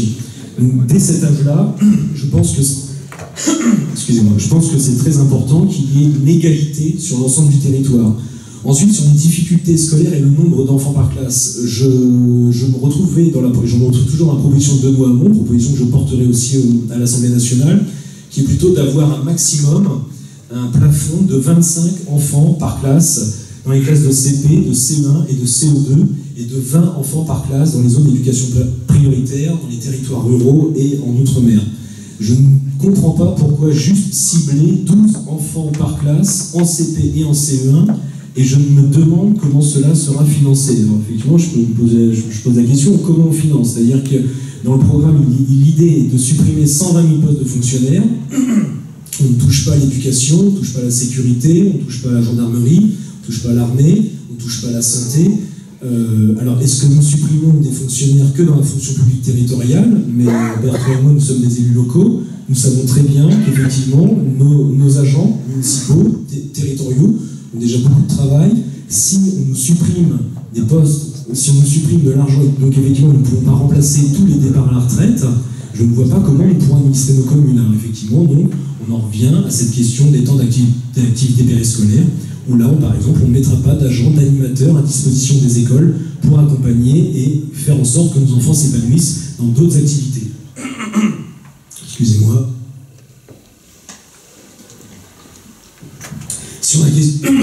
Sur la question de la formation professionnelle, je partage les propos de Bertrand Sort. Les propos de Bertrand Sort. Effectivement, il faut revaloriser très certainement la formation professionnelle. Il ne faut plus que la formation professionnelle soit une voie de garage pour des enfants à qui on dit « tu ne réussis pas, tu n'es pas bon à l'école, donc oriente-toi vers une formation professionnelle et qui sera moins rémunérée ». Parce que la question pourquoi les jeunes ne se dirigent pas vers des formations professionnelles, c'est aussi la reconnaissance qu'on a de certains métiers. Tous dans la salle, je suis persuadé que chacun d'entre vous, finalement, ne voudrait pas que son enfant, sa fille, son fils fasse tel ou tel métier, parce qu'il n'y a pas de reconnaissance sociale et parce qu'il y a peu ou prou de reconnaissance aussi financière. Donc, parler de la formation professionnelle sans aller jusqu'au fond du débat, c'est-à-dire évoquer la rémunération de certains métiers, ce n'est finalement qu'évoquer un tout petit bout de la question. Sur la formation professionnelle, Bertrand Sort a parlé de la question du logement. Moi, je le vois bien, je m'occupe aussi du foyer des jeunes travailleurs, je suis cette question, ce dossier en tant qu'élu à la jeunesse à l'île d'Avranches. Je fais partie de l'URAGE, qui est l'Union régionale de l'habitat jeune. C'est une union nationale découpée dans toutes les régions de France. La Normandie, la nouvelle région de Normandie, vient de nous supprimer des aides financières pour diriger cette aide de réseau. Qu'est-ce que nous faisons dans l'URAGE? Eh bien, nous essayons de mettre à disposition des logements sur tout le territoire, justement pour les jeunes, à travers des FJT, des foyers de jeunes travailleurs, mais aussi à travers des logements conventionnés pour accueillir des jeunes qui sont mobiles. Un jeune en apprentissage, effectivement, il va avoir besoin d'un meublé pendant un temps donné. Donc, parler de volonté politique en disant effectivement il faut absolument qu'il y ait plus de jeunes qui aient en formation professionnelle, sans s'occuper des métiers proprement dit, sans s'occuper de comment le jeune proprement va faire quand il sera inscrit dans cette formation, il va loger où, comment il va être aidé, c'est là encore finalement faire preuve de bonne volonté, c'est très bien, on en a tous, mais concrètement comment on fait, et là c'est léger. Donc là encore, il faut mettre des moyens. Alors effectivement, je vais peut-être passer pour un candidat de gauche qui finalement veut dépenser l'argent public, mais ce sont toujours des dépenses qui servent à l'intérêt commun et ensuite qui finalement profitent à la société. Quand on dépense de l'argent public, c'est quelque chose qu'on redistribue. Contrairement effectivement au fait de supprimer une partie de l'impôt sur la fortune, je ne vois pas, je ne sais pas si on parlera économie un petit peu après, mais je ne vois pas comment le fait de déduire une partie de l'impôt sur la fortune sur les actions recrée de la richesse et crée des emplois en entreprise. Sur la question du travail, c'est une transition parce que je commençais à parler de l'impôt sur la fortune. Bien entendu, je m'inscris dans la gauche qui était contre la loi travail, qui est contre l'inversion de la hiérarchie des normes. Je pense qu'effectivement, la discussion, l'échange n'est jamais ou quasiment jamais égalitaire au sein de l'entreprise entre l'employeur et les employés. Bien entendu, je rêve et je souhaite un dialogue social serein et constructif, mais il est aussi trop facile de dire que les syndicats de salariés ne sont jamais dans la construction et dans le dialogue, et que seuls les syndicats patronaux le seraient. Je pense que les choses sont beaucoup plus compliquées. Et là encore, effectivement, il faut faire une réforme du droit du travail, mais en concertation. Et pour un mouvement politique qui prône la transparence et le dialogue, travailler, enfin détricoter le droit du travail par ordonnance me pose question. Effectivement, c'est revoir le droit du travail, la réforme sur le droit du travail serait une réforme à 5, 10 ou 15 ans, et elle mérite un temps long de discussion, un temps nécessaire, un temps entre tous les partenaires sociaux, un temps où tout le monde pourrait s'exprimer pour construire collectivement ensemble un nouveau code du travail. Enfin, sur l'Europe, je vais faire court, Dominique, parce que j'ai pas de monde, je suis à combien? Ça va, tu as un petit peu de temps. Ça va.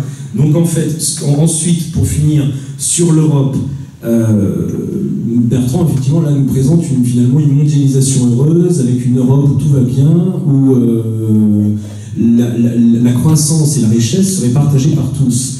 Moi, je vois plutôt une Europe qui est juste une Europe financière, une Europe des marchés, qui n'est pas une Europe des peuples, pour les peuples.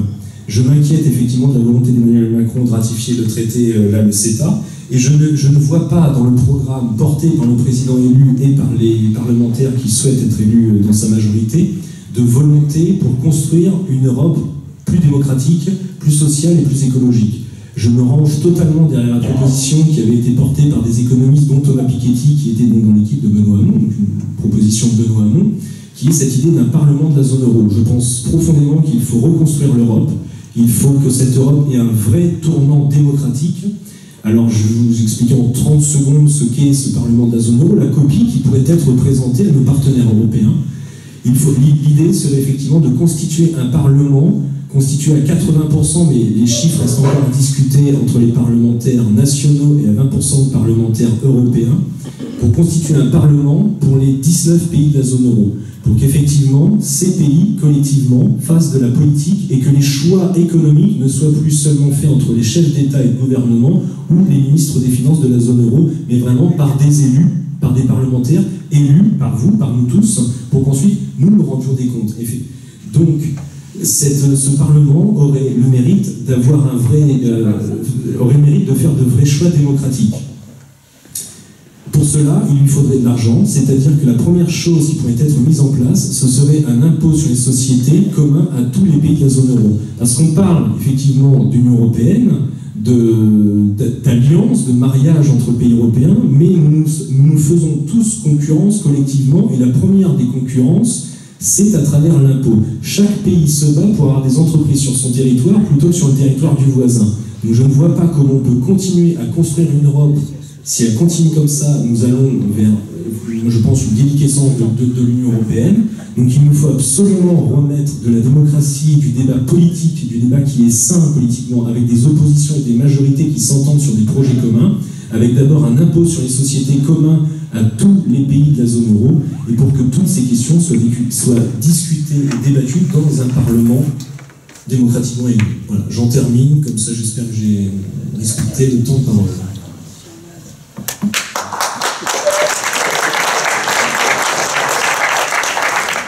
Merci beaucoup, merci Nicolas pour la contribution au respect du timing.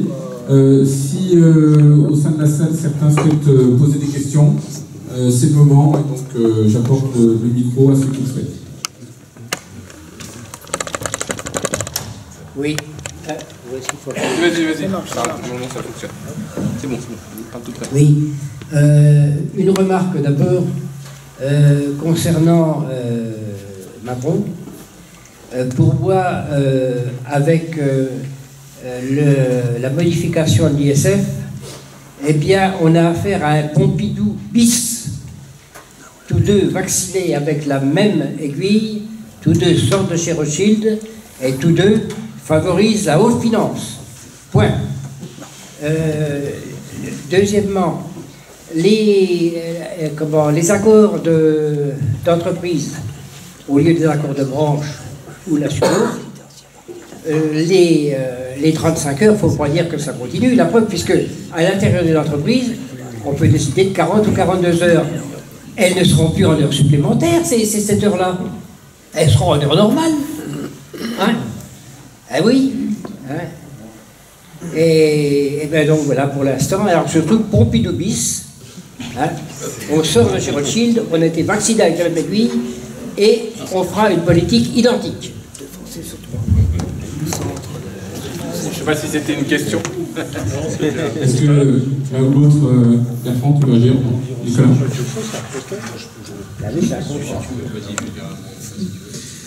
Pompidou bis, je ne sais pas si je l'aurais dit, mais par contre, effectivement, sur le travail, on peut continuer sur cette question. Pardon. C'est quand même d'être avec un fil. Une proposition encore, c'est sur le compte pénibilité. On n'a pas du tout, finalement, on commence tout juste à évoquer la question du travail. On ne parle pas du tout du fait de travailler. Alors effectivement, monsieur, vous parlez d'un Pompidou bis. Je pense qu'Emmanuel Macron et finalement le Premier ministre de droite qui l'a choisi, la seule notion de pénibilité qu'ils ont, ça a été de choisir entre la haute fonction publique et Rothschild pour l'un ou Arriva pour l'autre, et les allers-retours qu'ils ont pu faire chacun. Emmanuel Macron veut, et donc vraisemblablement la majorité qu'il a, enlever le compte pénibilité qui commence difficilement à être mis en place. Moi je pense que ça fait partie des mesures de progrès social et des mesures que la gauche doit porter.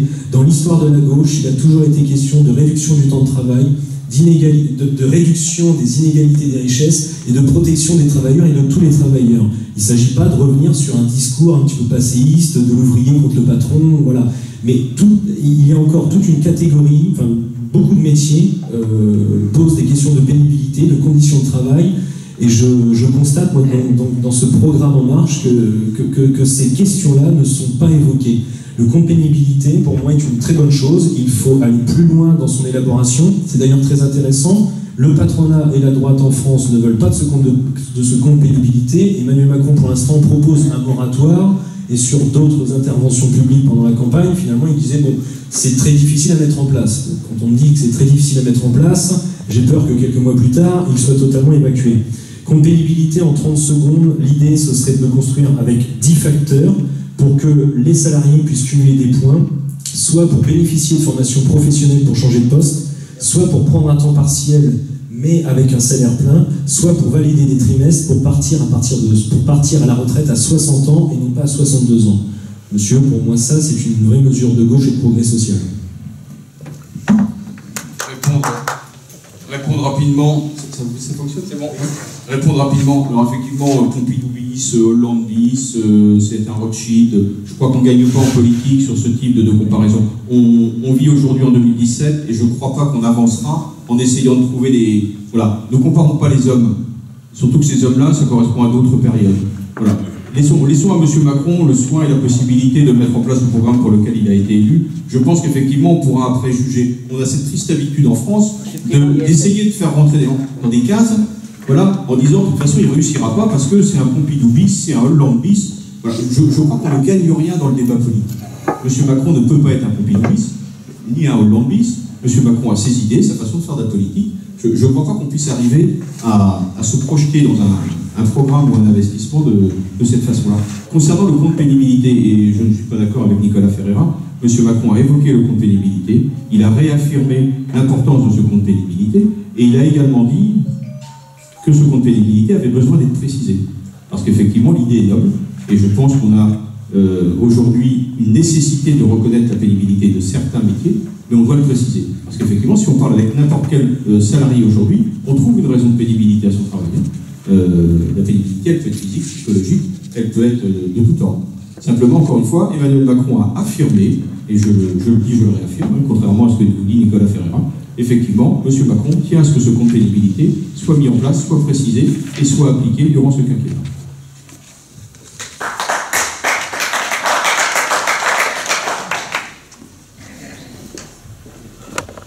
Oui, donc j'ai un petit problème avec l'ensemble de la soirée, parce que le sujet annoncé, c'était un petit peu où on est la gauche actuellement, comment l'avenir de la gauche. Traditionnellement, on sait très bien, Mitterrand le disait, que la gauche n'a jamais été majoritaire en France, sauf par accident, ou sauf quand le porteur des idées de gauche était lui-même issu de la droite. C'était le cas de Mitterrand.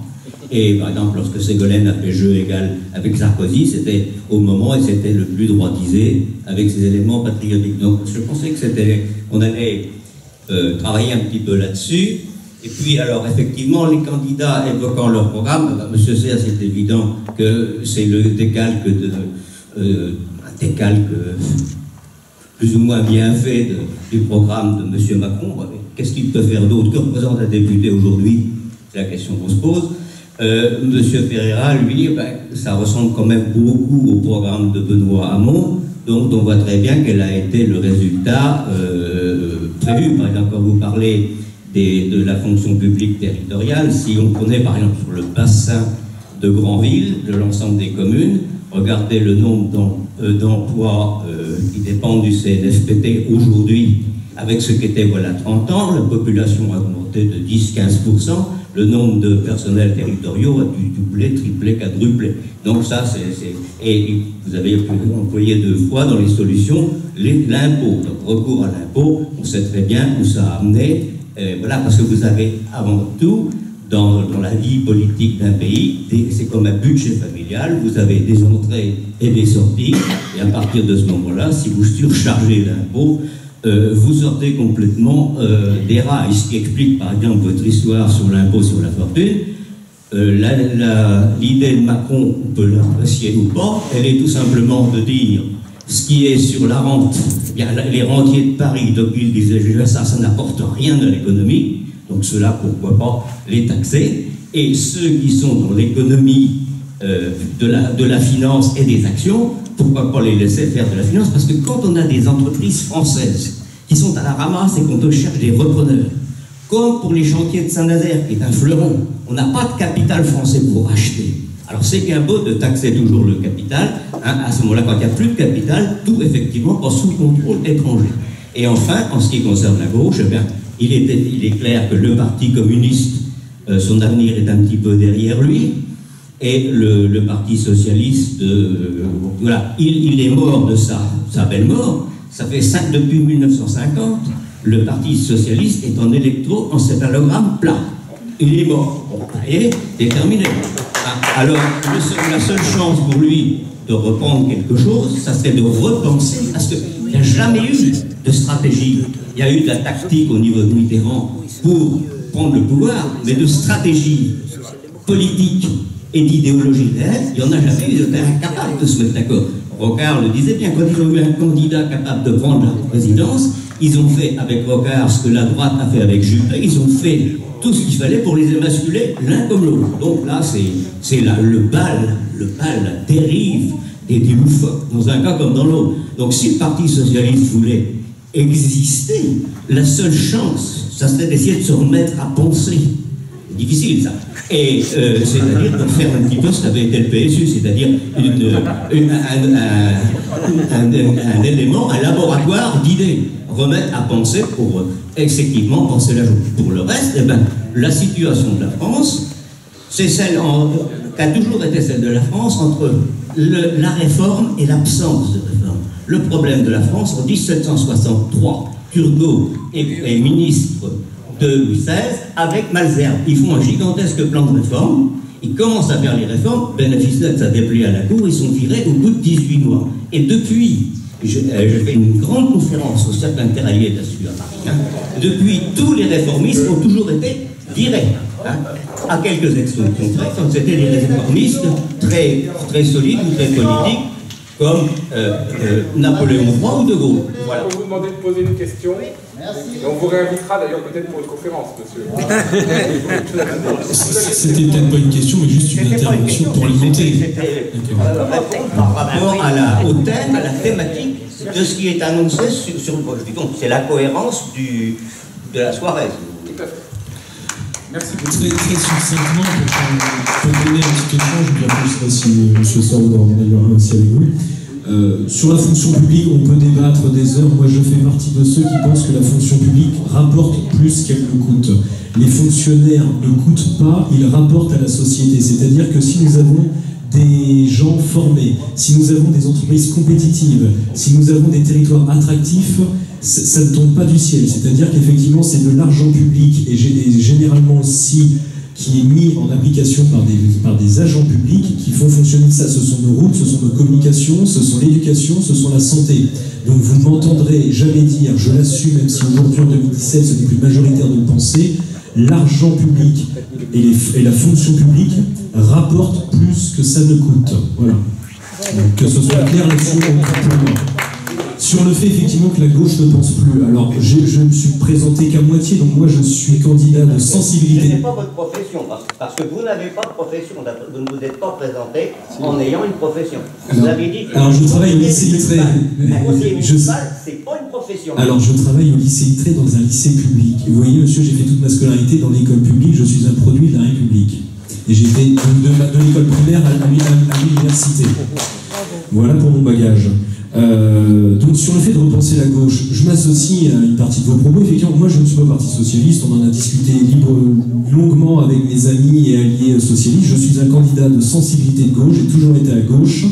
Et effectivement, je pense comme vous, monsieur, qu'il faut repenser la gauche. Il faut que la gauche se repense dans ce XXIe siècle face aux défis aujourd'hui. Les défis aujourd'hui, ce sont effectivement une transition économique, une transition écologique, effectivement beaucoup plus de démocratie et continuer dans le progrès social. Mais je ne suis pas de ceux qui disent qu'il faut juste être progressiste. Ce que je disais déjà dans mon introduction, je ne sais pas ce que c'est que le progressisme, on y met finalement tout ce qu'on veut derrière.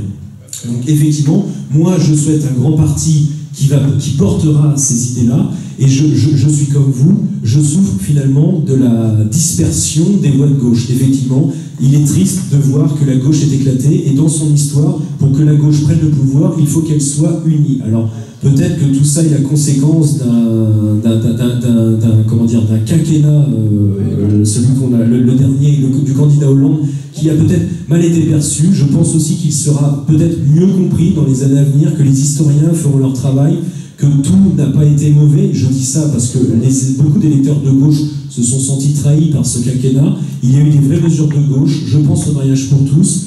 Il y a eu aussi donc des mesures, comme sur le travail, le compte pénibilité, qui pour moi est une avancée. Sur l'école, effectivement, on a remis des postes d'enseignants là où la droite en avait supprimé. Et je pense que tout ça, ce sont des valeurs de gauche sur lesquelles on doit s'appuyer pour repenser la gauche demain.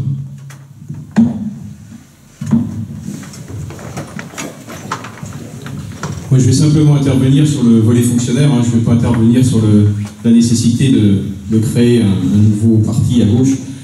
Sur le volet fonctionnaire, je suis moi-même fonctionnaire. Et je dis très facilement, parce que j'en suis fier, je n'ai pas fait l'ENA, j'ai fait l'ENI, l'école normale d'instituteur. Voilà, c'est-à-dire que pour moi, ce métier d'instituteur, ce métier de fonctionnaire, pour moi, il est important, parce que c'est du service rendu à la population. Vous évoquiez tout à l'heure l'augmentation considérable des fonctionnaires en 30 ans, 40 ans. Simplement, tout dépend du service qu'on veut rendre à la population. Si on a des fonctionnaires, c'est parce qu'on a des missions de service public, et des missions de service public, ils doivent correspondre aux attentes des habitants. Les services qu'on rendait aux habitants il y a 30 ans, 40 ans, ils ne sont pas les mêmes aujourd'hui. Ils n'ont fait qu'augmenter. Voilà. Je peux vous dire que sur des collectivités locales comme les nôtres, celles que l'on peut vivre ici localement, on n'a pas d'excès de fonctionnaires. Moi, je ne sais pas qui aujourd'hui à la mairie de Saint-Père, je pourrais ne pas remplacer lorsqu'il part en retraite. Parce que ces mêmes habitants qui me disent on a trop de fonctionnaires, ce sont les mêmes qui vont me dire bah oui, mais les espaces verts ils ne sont pas suffisamment entretenus, la médiathèque elle n'est pas suffisamment ouverte, ou bien à l'école on n'a pas une amplitude suffisamment importante au centre de loisirs. Donc il faut aussi mettre en corrélation les attentes que l'on a de ce service public et les moyens qu'on veut bien y affecter. Et sur mon engagement, effectivement, Emmanuel Macron annonce 120 000 fonctionnaires de moins. Effectivement, ce sont des chiffres qui sont annoncés. Ces 120 000 fonctionnaires, vous pouvez compter sur moi si je suis député, pour qu'ils ne soient pas supprimés sur des fonctionnaires qui sont au contact de la population. C'est-à-dire que je me battrai pour qu'on ne supprime aucun emploi dans l'enseignement, à l'hôpital, dans les prisons, dans les commissariats de police. Ils sont au contact, ces fonctionnaires, au quotidien de la population. Ils sont essentiels, ils sont nécessaires. Donc je n'acterai jamais une suppression de ces fonctionnaires que je qualifie moi de fonctionnaires au service de la population au quotidien. Par contre, quel est le constat qu'on peut faire? Je vous parlais de suradministration tout à l'heure. On a aujourd'hui de hautes administrations dans lesquelles on a des fonctionnaires qui se lèvent le matin sans savoir ce qu'ils vont faire dans la journée. Donc je pense que là, effectivement... Là, c'est vous qui êtes dans le soulagisme à plein bras. Non, mais c'est une réalité, monsieur. C'est une réalité. Laissez les orateurs s'exprimer, s'il vous plaît. Ça y est, je peux poursuivre. Voilà. Donc on a effectivement aujourd'hui des outils numériques qui permettent également de ne pas remplacer un fonctionnaire qui part en retraite dans certains services. Et c'est une réalité. Parlez-en à nos entreprises qui accumulent des surdossiers administratifs pour faire avancer le moindre projet. Parce qu'on a mis en place des structures administratives en France qui ne sont pas facilitatrices, mais qui sont des empêcheuses d'avancer. Donc là, je pense qu'on a une vraie restructuration administrative à penser, à mettre en face les moyens nécessaires. Je ne dis pas qu'il faut licencier les fonctionnaires, mais je pense qu'effectivement, en mettant les bons outils en place, on pourra diminuer le nombre de fonctionnaires dans certaines administrations. Ils ont mis une feuille, commune, communauté de communes, Merci. arrondissement, département. Merci, monsieur. Mais là aussi, je partage effectivement ce propos. Aujourd'hui, l'État a imposé un certain nombre d'évolutions dans les communautés de communes, a incité la création de communes nouvelles et a imposé des régions avec des compétences de plus en plus importantes. Le citoyen ne s'y retrouve pas déjà dans les compétences exercées. Et tout ça sur un laps de temps très court. Sur 3 années, on a vu toutes ces évolutions. Les élus locaux doivent se dépatouiller aujourd'hui de tout ça. Et on a à penser, mais de façon durable, c'est là aussi un des mots de la France. On a aujourd'hui un surajout de règles nouvelles. C'est-à-dire qu'on vous impose à telle date de travailler à telle échelle. Simplement, on ne construit pas un projet concerté. La création aujourd'hui de grandes communautés de communes qui a été imposée au département de la Manche, ou de communautés d'agglomération, elle n'a pas été travaillée initialement. On nous a dit, au 1er janvier 2017, vous serez une grande communauté d'agglomération. Et puis après, vous essayerez de vous dépatouiller de ça pour créer un projet. Travaillons différemment. Construisons un projet avec des élus, avec les bonnes volontés, en adéquation avec les besoins du territoire, avec les forces du territoire, et ensuite mettons l'outil en place.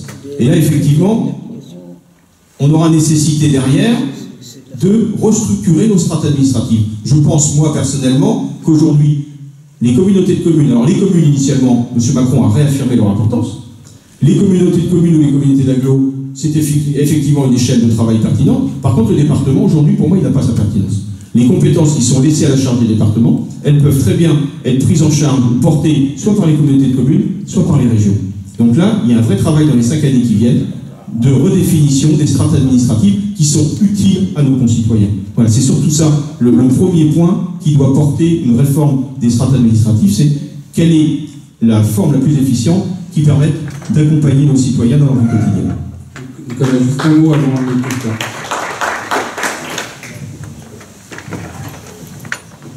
Très rapidement, pour répondre à Bertrand, effectivement, je regrette quand même qu'on tombe dans quelques formules que je considère limite comme populistes ou démagogues, parce que les fonctionnaires qui se lèvent le matin sans savoir ce qu'ils vont faire dans la journée, je regrette d'entendre ça ici aujourd'hui. Sur la création des communautés de communes, le travail a été fait pendant 1 an entre les élus du territoire. Ils ont travaillé en concertation avec des cabinets pour penser les nouvelles agglomérations, les nouvelles communautés de communes. Donc là aussi, c'est quand même faux et très mensonger de dire que ça a été imposé d'en haut, ce n'est pas vrai. Et puis ensuite, chaque conseil municipal ont voté pour donner leur avis. Donc, moi, dans le conseil municipal, j'ai émis des doutes sur la taille de la communauté d'agglomération Mont-Saint-Michel-Normandie. Je considère qu'effectivement, c'est un trop grand territoire, mais la majorité des élus l'ont décidé ainsi. Et maintenant, effectivement, il faut se retrousser les manches pour faire en sorte que ces nouveaux territoires fonctionnent le mieux possible au service des habitants. Sur la question des fusions, bien entendu qu'il faut repenser, il faut continuer à penser toutes les strates administratives de notre pays, de la commune à l'État, avec le rôle de chacun, mais il serait trop facile, trop simple et là encore démagogique de vous dire que parce qu'on fusionne, on réduit le nombre d'agents. Ce n'est pas vrai. Moi, je pourrais vous donner des exemples très précis là encore sur la jeunesse. La communauté d'agglomération, maintenant, on va mettre en place sur tout le territoire Mont-Saint-Michel-Normandie des activités et des services, des animations qui n'existaient pas avant sur certains points du territoire. Par exemple, des chantiers jeunes, vous en avez à Granville, nous en avons à Avranches. Mais il y a plein de communes qui n'en ont pas. Donc qu'est-ce qu'on fait? Soit on supprime les chantiers jeunes, soit maintenant on met ces chantiers jeunes, c'est-à-dire la possibilité pour des jeunes de travailler l'été, de se faire un petit peu de salaire et de découvrir le monde du travail. Et donc on met ces chantiers à disposition pour tous les jeunes. Et bien là, comment on fait?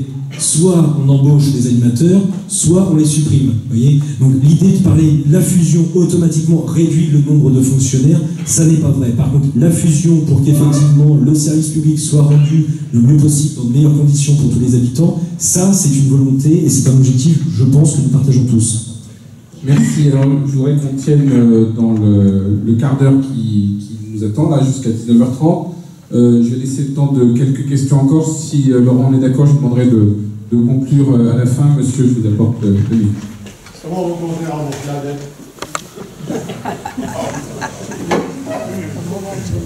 Bonsoir. Monsieur Ferrand, j'ai une question pour vous. On a à peu près la même génération, j'ai 37 ans, vous en avez 33. Je suis de gauche, vous aussi a priori. Maintenant, quand je vous entends parler notamment des temps périscolaires, de l'éducation, j'ai l'impression qu'effectivement, vous travaillez peut-être sur Avranches, mais vous n'avez pas forcément ciblé toute la circonscription. Les temps périscolaires, pour moi, ont été mis en place d'une manière complètement à Ivry, c'est-à-dire que ça a été mis en place au niveau national, sans penser à ce que les petites communes pouvaient, à leur compte, mettre en place. Donc l'inégalité, elle est là. L'égalité, l'État l'a fait rentrer dans les petites communes n'ont pas les moyens de créer les temps périscolaires avec les activités qu'elles souhaiteraient mettre en place. Les dotations ont baissé sous un gouvernement de gauche, on est bien d'accord. Donc les activités périscolaires ont créé des inégalités au sein des communes. Vous allez à Saint-Poix, vous allez à Brésil, alors peut-être qu'avant ça a très bien fonctionné, à Grandville ça a pas mal fonctionné également, sur Génouville à peu près, les autres communes des alentours c'est un peu plus compliqué. Première chose, premier point sur les temps périscolaires. Vous parlez ensuite des enseignants. Vous dites qu'il faut augmenter le nombre d'enseignants. Très bien. Moi, ma fille est scolarisée à Génouville, une classe va fermer à Génouville là. Donc c'est encore sous le gouvernement de socialistes. Une classe va fermer à Génouville. À la rentrée prochaine, seulement 5 postes d'enseignants provisoires sont à pourvoir sur l'ensemble du département. Je pense que vous aviez 5 ans pour mettre en place plus d'enseignants provisoires sur l'ensemble du département. Dernière chose, j'en ai plusieurs, la loi santé, le Maréchal Touraine avec le tiers payant généralisé, qui peut effectivement en grand public paraître être une loi extraordinairement de gauche. Absolument par derrière ça, il faut savoir que c'est une opacité complète sur le remboursement entre la partie mutuelle et la partie sécurité sociale, qui actuellement est quand même aux 3 quarts pour la sécurité sociale, 1 quart pour la partie mutuelle.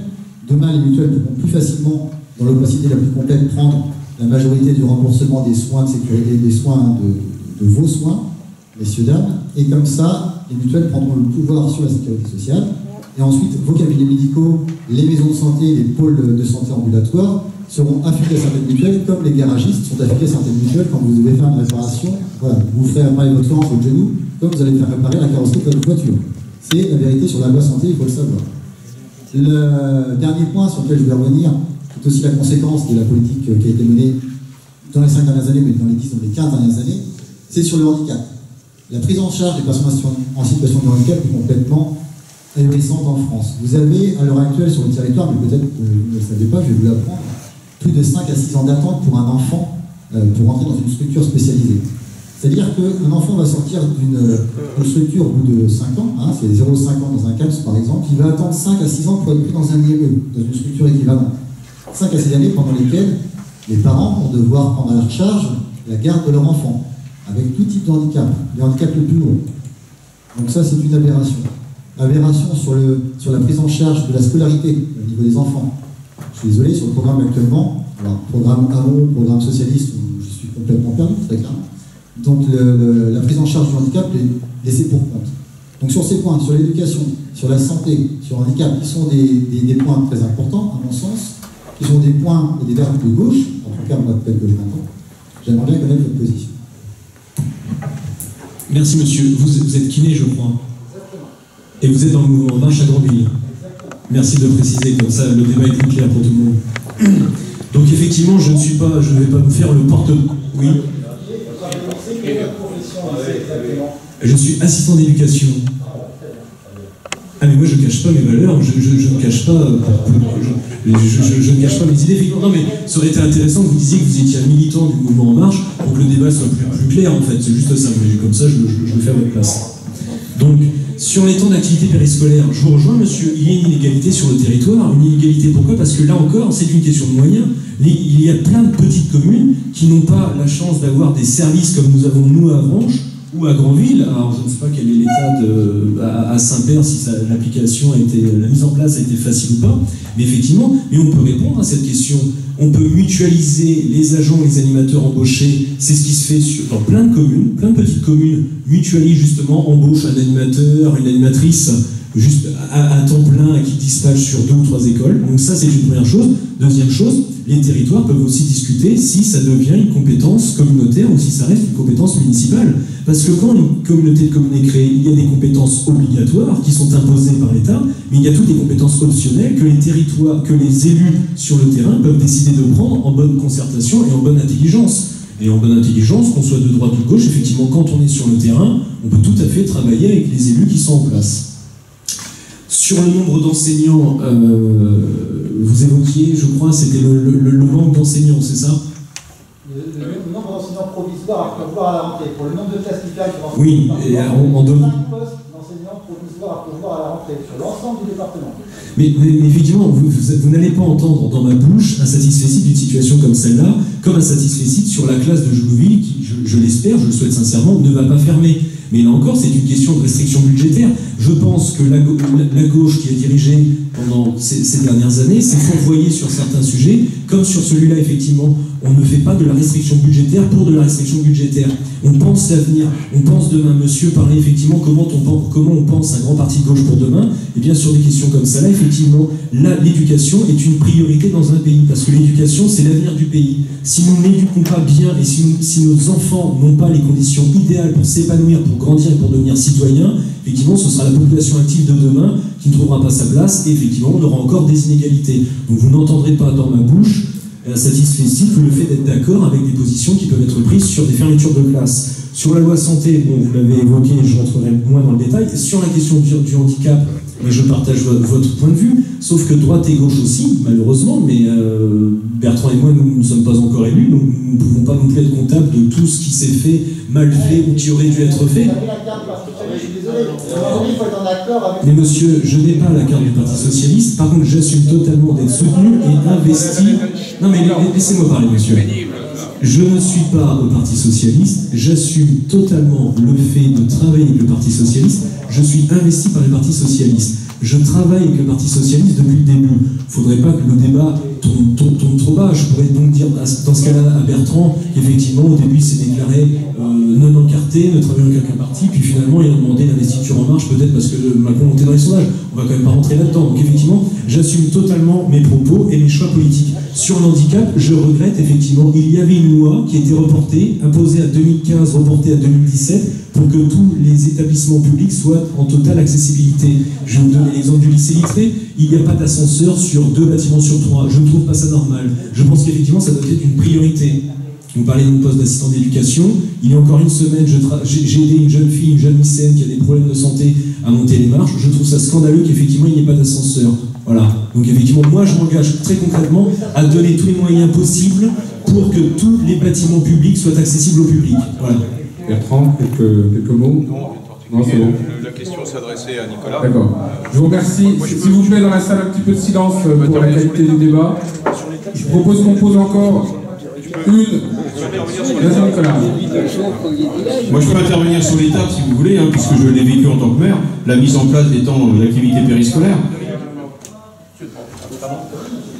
Donc, effectivement, la proposition du président, c'est de dire chaque commune, ou bien chaque communauté d'agglo, quand la compétence est communautaire, aura la liberté de revenir sur le processus mis en place. Ça veut dire laisser la possibilité, mais là encore, ce sont des choses concertées, hein. C'est pas une commune qui décide toute seule. Quand ça s'est mis en place, ça a été des décisions concertées entre les conseils d'école, entre les parents d'élèves, entre les enseignants, entre les associations locales, et effectivement avec les élus. Ça a été un travail de fond, de mise en place. Si tout marche bien, il n'y a pas de raison qu'on y touche. Voilà, c'est pas parce que le président dit on va pouvoir revoir cette formule que l'on va forcément y toucher. Par contre, ce qui est vrai, c'est que certaines petites communes avec des budgets limités ont aujourd'hui d'énormes difficultés à mettre en place ces étapes. Et ce n'est pas satisfaisant pour les enfants. Parce qu'effectivement, on met en place un rythme scolaire différent, mais on se retrouve dans l'incapacité à 15h ou à 15h30 de prendre en charge correctement les enfants. Donc qu'est-ce qu'il faut mieux dans ces cas-là? Est-ce qu'il ne faut pas mieux revenir sur un rythme scolaire qui soit différent, qui soit celui qu'on connaissait initialement, mais qui permette une meilleure prise en charge des enfants, parce que malheureusement, pour des moyens budgétaires, on ne peut pas accompagner, ou bien parce qu'on n'a pas les ressources au sein des associations ou les ressources localement, même si je suis d'accord sur la mutualisation. Effectivement, il faut faire un constat point par point, et si le constat à l'échelon français, c'est que tout va bien, eh bien on ne touchera pas au dispositif. Simplement, voilà, on offre la possibilité de revoir les choses. Et moi, ça me paraît tout à fait cohérent et intelligent. Dernière question. Comment vous comptez rembourser la dette? Il y avait une question aussi là-bas. Reste sujet. Tu veux rembourser la dette, Nicolas, ou... C'est-à-dire qu'il vit au-dessus de ses moyens. Et là, effectivement, il y a une vraie action à avoir. Donc l'État doit réduire son rythme de son train de vie, son rythme de dépenses. Simplement, la dette, elle est colossale, vous le savez comme moi. Hein. La dette, elle ne se remboursera pas en 5 ans. La dette, elle se remboursera par des économies faites au sein de l'État, mais certainement, si elle doit se rembourser, sur 25 ans, 30 ans, 40 ans, 50 ans. Voilà. Ça mettra beaucoup de temps, vous le savez comme moi, ou alors vous êtes prêt à vous priver d'un certain nombre de services publics qui aujourd'hui sont nécessaires à une vie adaptée sur sur notre territoire. 30 secondes aussi sur la dette, effectivement, la dette en soi, au risque de choquer certaines oreilles, n'est pas un problème en soi quand elle est effectivement pour la production et la création d'emplois et de richesses de demain. Deux chiffres, de 2007 à 2012, c'est plus 25% du PIB d'augmentation de dette, et de 2012 à 2017, plus 6,5%. Et pourquoi une explosion de la dette sous le gouvernement Sarkozy? C'est pas du tout pour cibler Sarkozy et le gouvernement de droite, c'est juste parce qu'il y a une crise financière, et là encore, l'État qu'on trouve toujours trop lourd, qu'il faut dégraisser, est venu au secours des banques pour sauver notre épargne à tous collectivement. Donc finalement, là encore, c'était un exemple d'une économie libérale qui souhaite toujours de la dérégulation, moins de contraintes, moins de lois, mais quand il y a un problème, cette économie libérale se retourne toujours vers l'État. Donc la dette, oui, bien entendu, c'est un sujet, c'est une inquiétude, mais quand on emprunte et quand on investit pour l'avenir, c'est de la création de richesse. Et il ne faut pas, je regrette que dans le débat public, la dette soit toujours comme une espèce de mantra qui est au-dessus de nous, auquel effectivement on ne peut pas discuter de ce sujet-là. Oui, bonjour. Donc nous sommes ici dans un secteur qui est extrêmement, en fin de compte, pauvre par rapport à d'autres régions de France. Notamment, en fin de compte, un certain nombre de choses sont en équilibre et de l'équilibre, un équilibre où on sera dans le précipice. Par exemple, quel est l'avenir de l'hôpital Affranches-Granville? Malheureusement, on croit savoir qu'à très court terme, cet hôpital, il sera bientôt supprimé. Si on regarde un autre problème qui est aussi créateur de richesse, la ligne SNCF Paris-Granville, elle semble donc elle aussi être fort à mal. Il suffit de voir ce qui s'est passé cet hiver avec les feuilles, etc., etc. Alors, vous avez beaucoup parlé de programmes nationaux. Quels sont vos programmes locaux et sur quels objectifs, si vous êtes élu, allez-vous vous engager? Est-ce que c'est la ligne Paris-Granville? Est-ce que c'est conserver la santé parce que ça, c'est indispensable, et c'est l'avenir, c'est l'investissement de nos régions. Des villes comme Granville, Saint-Père, sans ligne,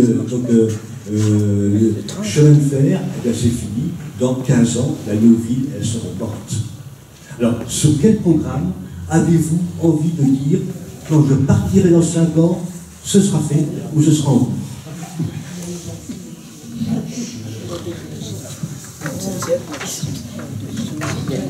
Les deux dossiers que vous évoquez sont effectivement des dossiers qui sont du ressort de parlementaires. Ça, je partage pleinement. C'est aux parlementaires de se les approprier. Voilà. Sans doute, ça n'a pas été suffisamment fait pour le moment. Sur la ligne ferroviaire Paris-Granville, moi, je n'ai pas d'écho d'une ligne qui va fermer. Aujourd'hui, ce dont souffre cette ligne, c'est de sa fiabilité et de sa régularité. Effectivement, on peut voir le verre à moitié plein, le verre à moitié vide. Le verre à moitié plein, c'est qu'on a cette ligne. On a une liaison directe avec Paris. Le verre à moitié vide, c'est qu'effectivement, elle n'est pas fiable. Donc quand on travaille ou qu'on a choisi de vivre ici et que l'on vit à Paris sa vie professionnelle, on doit avoir une certaine fiabilité. Et dans l'autre sens, effectivement, on sait que c'est un vecteur exceptionnel de tourisme et on a besoin de ce tourisme pour vivre sur ce territoire. Donc moi je peux m'engager en tant que député à mettre ce dossier-là sur la table. Mettre ce dossier-là sur la table, ça veut dire quoi? Vous savez qu'aujourd'hui, cette ligne, elle est de la compétence de la région. Donc il faut mettre autour de la table, effectivement, les collectivités locales, la région et l'État. Parce que l'État a aussi son rôle à jouer, notamment sur l'accompagnement financier. Moi, je m'engage, effectivement, à ce que cette ligne, elle soit pérenne, elle soit fiabilisée, et puis pourquoi pas aussi envisager une certaine concurrence. Aujourd'hui, on a la SNCF qui gère cette ligne, et on a peut-être une concurrence à envisager pour obliger la SNCF à faire les investissements nécessaires ou les travaux nécessaires pour que cette ligne, elle soit durable, pérenne et fiable. On souffre effectivement de ces retards permanents, de ces permanents fréquents, en tout cas parce qu'il y a aussi des périodes où ça fonctionne bien, et elle est indispensable, je partage votre avis, cette ligne ferroviaire est indispensable pour éviter une désertification touristique, notamment de notre territoire. Sur le sujet de l'hôpital aujourd'hui, le sujet de l'hôpital, soit je vous mens et je vous dis qu'on va retrouver l'hôpital d'il y a 30 ans, voilà, moi il y a 30 ans, mes enfants sont nés, enfin ils n'ont pas 30 ans, mais pas avant, ils sont nés à l'hôpital de Granville. Effectivement, l'hôpital de Granville offrait un certain nombre de services très importants. On sait que pour des contraintes financières imposées par l'ARS, l'ARS ce sont des budgets d'État, on sait aujourd'hui que retrouver l'hôpital qu'on connaissait il y a 25 ans, ce n'est plus possible. Le choix qui est fait aujourd'hui, c'est d'organiser un groupement hospitalier territorial qui regroupe les 6 hôpitaux de notre territoire. Et en ajoutant peut-être l'hôpital de Villedieu, puisqu'il est concerné dedans. Ça veut dire qu'on doit raisonner notamment sur une gestion administrative et sur une organisation des soins sur l'hôpital de Granville-Avranches, celui de Pontorson, celui de Saint-James, celui de Saint-Hilaire et celui de Mortain. Ça veut dire qu'aujourd'hui, sur cette organisation administrative, on doit mutualiser les compétences et mutualiser les moyens. On doit également réfléchir au développement, parce que là on parle de la médecine hospitalière, mais on doit aussi parler de la médecine de ville. Parce que notre territoire souffre d'une démographie médicale de médecins de ville qui est particulièrement déficiente et qui est en tout cas très nettement inférieure à la moyenne nationale. Vous allez dans des secteurs de Mortain, Sourdeval, Barenton, où il reste un médecin généraliste, on ne sait pas comment on va le remplacer. Je prends le cas de Barenton, un médecin, 70 ans. Il veut partir en retraite. La médecine aujourd'hui, elle est plus celle qu'on pratiquait il y a 30 ans. Il n'y a plus de médecins de campagne qui passaient 70 heures au boulot par semaine. Ça n'existe plus. On est sur une société de loisirs et les médecins souhaitent aussi moins travailler et bien souvent, pour les femmes, avoir des temps partiels. Une des réponses qui est pertinente, et le département de la Manche est plutôt en avance, c'est la mise en place de maisons de santé. Voilà, on a visité fréquemment des maisons de santé, un peu tous. On a une maison de santé qui est exemplaire à Saint-James, où on a là 6 médecins généralistes, on a des kinés, on a des dentistes, on a une pédiatre. C'est-à-dire qu'on est capable d'organiser des structures à condition qu'elles soient travaillées avec les praticiens. Parce que l'erreur à ne pas faire, et qui s'est passée à Pontorson par exemple, hein, on construit une maison de santé et on dit on va mettre des gens dedans. Et bien ça ne marche pas. Si on veut une maison de santé qui soit efficiente et dans laquelle on trouve des praticiens, il faut travailler le projet avec eux.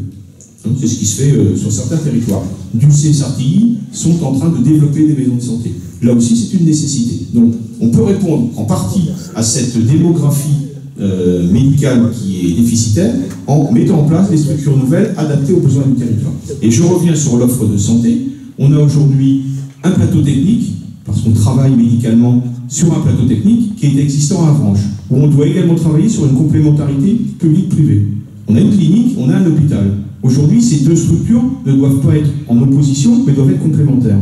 Et puis on doit organiser autour de ce plateau technique efficient l'offre qui existera dans les hôpitaux et en étant très vigilant à garder des services d'urgence. L'urgence, par définition, hein, c'est vital. Ça veut dire qu'aujourd'hui, on a 3 services d'urgence qui sont basés à Granville, à Avranches et à Saint-Hilaire-du-Harcouët. Moi, je me battrai en tant que député pour que ces services d'urgence essentiels sur le territoire perdurent. Là aussi, c'est un rôle de député d'être attaché à ces structures-là. Donc, je ne vais pas vous faire rêver en disant on va retrouver l'hôpital d'il y a 30 ans. Simplement, je crois dans l'organisation qui est proposée par l'ARS d'avoir un groupement hospitalier territorial complémentaire. De quoi on a besoin aujourd'hui sur notre territoire ici, puisqu'on ne peut pas mettre des services de spécialistes, c'est d'avoir des services de suite et de rééducation. On a besoin de garder des lits dans cet hôpital de Granville qui permettent, après une opération à Avranches, d'être hospitalisé sur le temps nécessaire à proximité de l'endroit où on habite. Donc, raisonnons sur des choses possibles, des choses concrètes, mais là encore, en tant que député, si je suis député demain, je me battrai sur ces dossiers qui sont prioritaires pour le territoire, et on n'a pas parlé de la désertification de la partie est de cette circonscription. Je peux vous dire que ce qu'on vit ici est plutôt confortable par rapport à ce qu'on vit sur ces territoires dits ruraux, parce que là, c'est une vraie question de survie. Quand on n'a plus d'offre médicale, quand on a des services publics qui disparaissent, la désertification, elle est immédiate. Donc, il y a un fort travail à faire par le député pour lutter contre cette désertification et pour lutter contre le désenclavement. Parce que tout ça est lié. L'emploi, l'accueil de jeunes familles, il est aussi lié à la présence sur place des services qu'on cherche dans notre vie quotidienne. C'est aussi une question d'équité à l'échelle du territoire. Merci beaucoup Bertrand. Nicolas, une dernière réponse. Très brièvement, parce qu'effectivement je partage beaucoup des propos qui ont été tenus par Bertrand. Il faut juste rappeler qu'effectivement la compétence ferroviaire n'est pas de compétence d'un député mais la compétence de la région. Le député bien entendu peut porter et apporter un poids sur ces dossiers, mais il faut aussi ne pas tomber dans une démagogie de dire moi député je ferai ça, je ferai ci, je ferai tous les ronds-points possibles et imaginables. Chaque structure a ses compétences propres tout quand même. Sur l'hôpital, bien entendu, je me battrai comme Bertrand aussi, comme tous les candidats qui se présentent à cette élection. Nous souhaitons tous, bien entendu, garder les urgences à Granville. Par contre, à la différence de d'autres candidats qui tombent aussi dans une certaine démagogie, on n'aura pas, comme le dit Bertrand, l'hôpital à Granville comme vous avez pu le connaître il y a une trentaine d'années. On ne peut pas rouvrir tous les services. Et il faut quand même savoir qu'ouvrir des services, ce n'est pas juste avoir des médecins, mais c'est aussi avoir les structures pour les accueillir et pour accueillir les patients en sécurité et dans de bonnes conditions.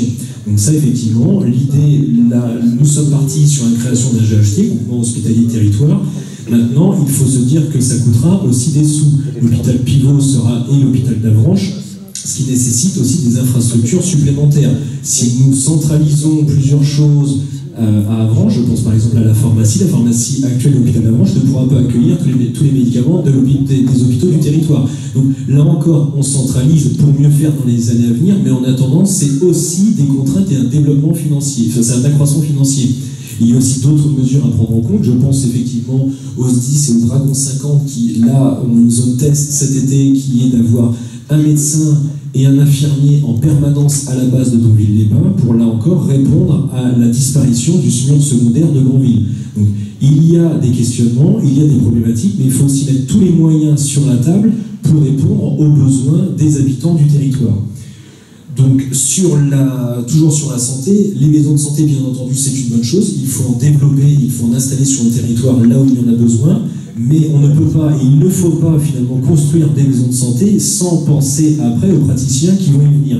Donc peut-être que là aussi, ça devient du rôle du parlementaire, c'est d'utiliser d'autres moyens, d'autres leviers, comme le levier fiscal, ou aussi la contrainte par le numerus clausus. On pourrait aussi imaginer d'imposer aux internes, quand ils sortent effectivement et quand ils s'installent, d'aller dans certains territoires plutôt que de laisser la liberté d'installation, parce que le service public, l'argent public a financé les études, peut-être qu'on peut aussi qu'ensuite ces médecins peuvent rendre à l'État ce que l'État a offert par la formation, c'est-à-dire en s'installant partout sur le territoire.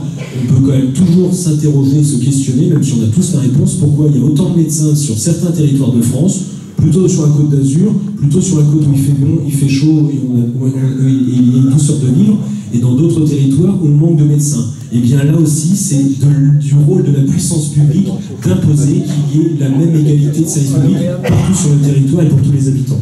Voilà, j'en dis pas plus parce que je partage tout de même une bonne partie des propos de Bertrand.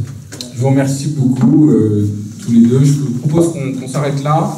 Je pense que vous aurez aussi à cœur l'un et l'autre de prouver que la douceur de vivre n'est pas que sur la Côte d'Azur, mais aussi sur notre territoire, tout autant que nous savons combien elle est réelle.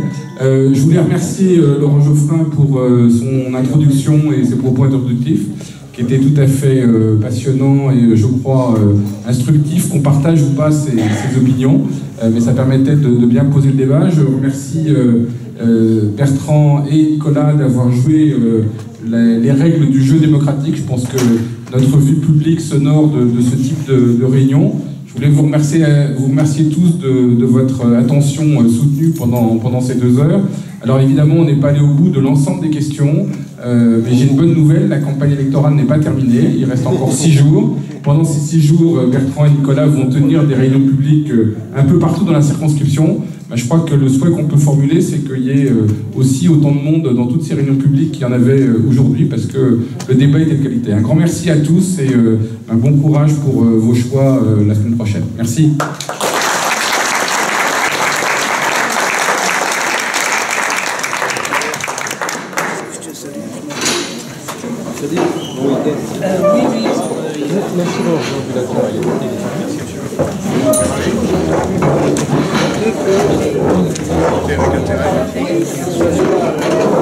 Merci, monsieur Dard.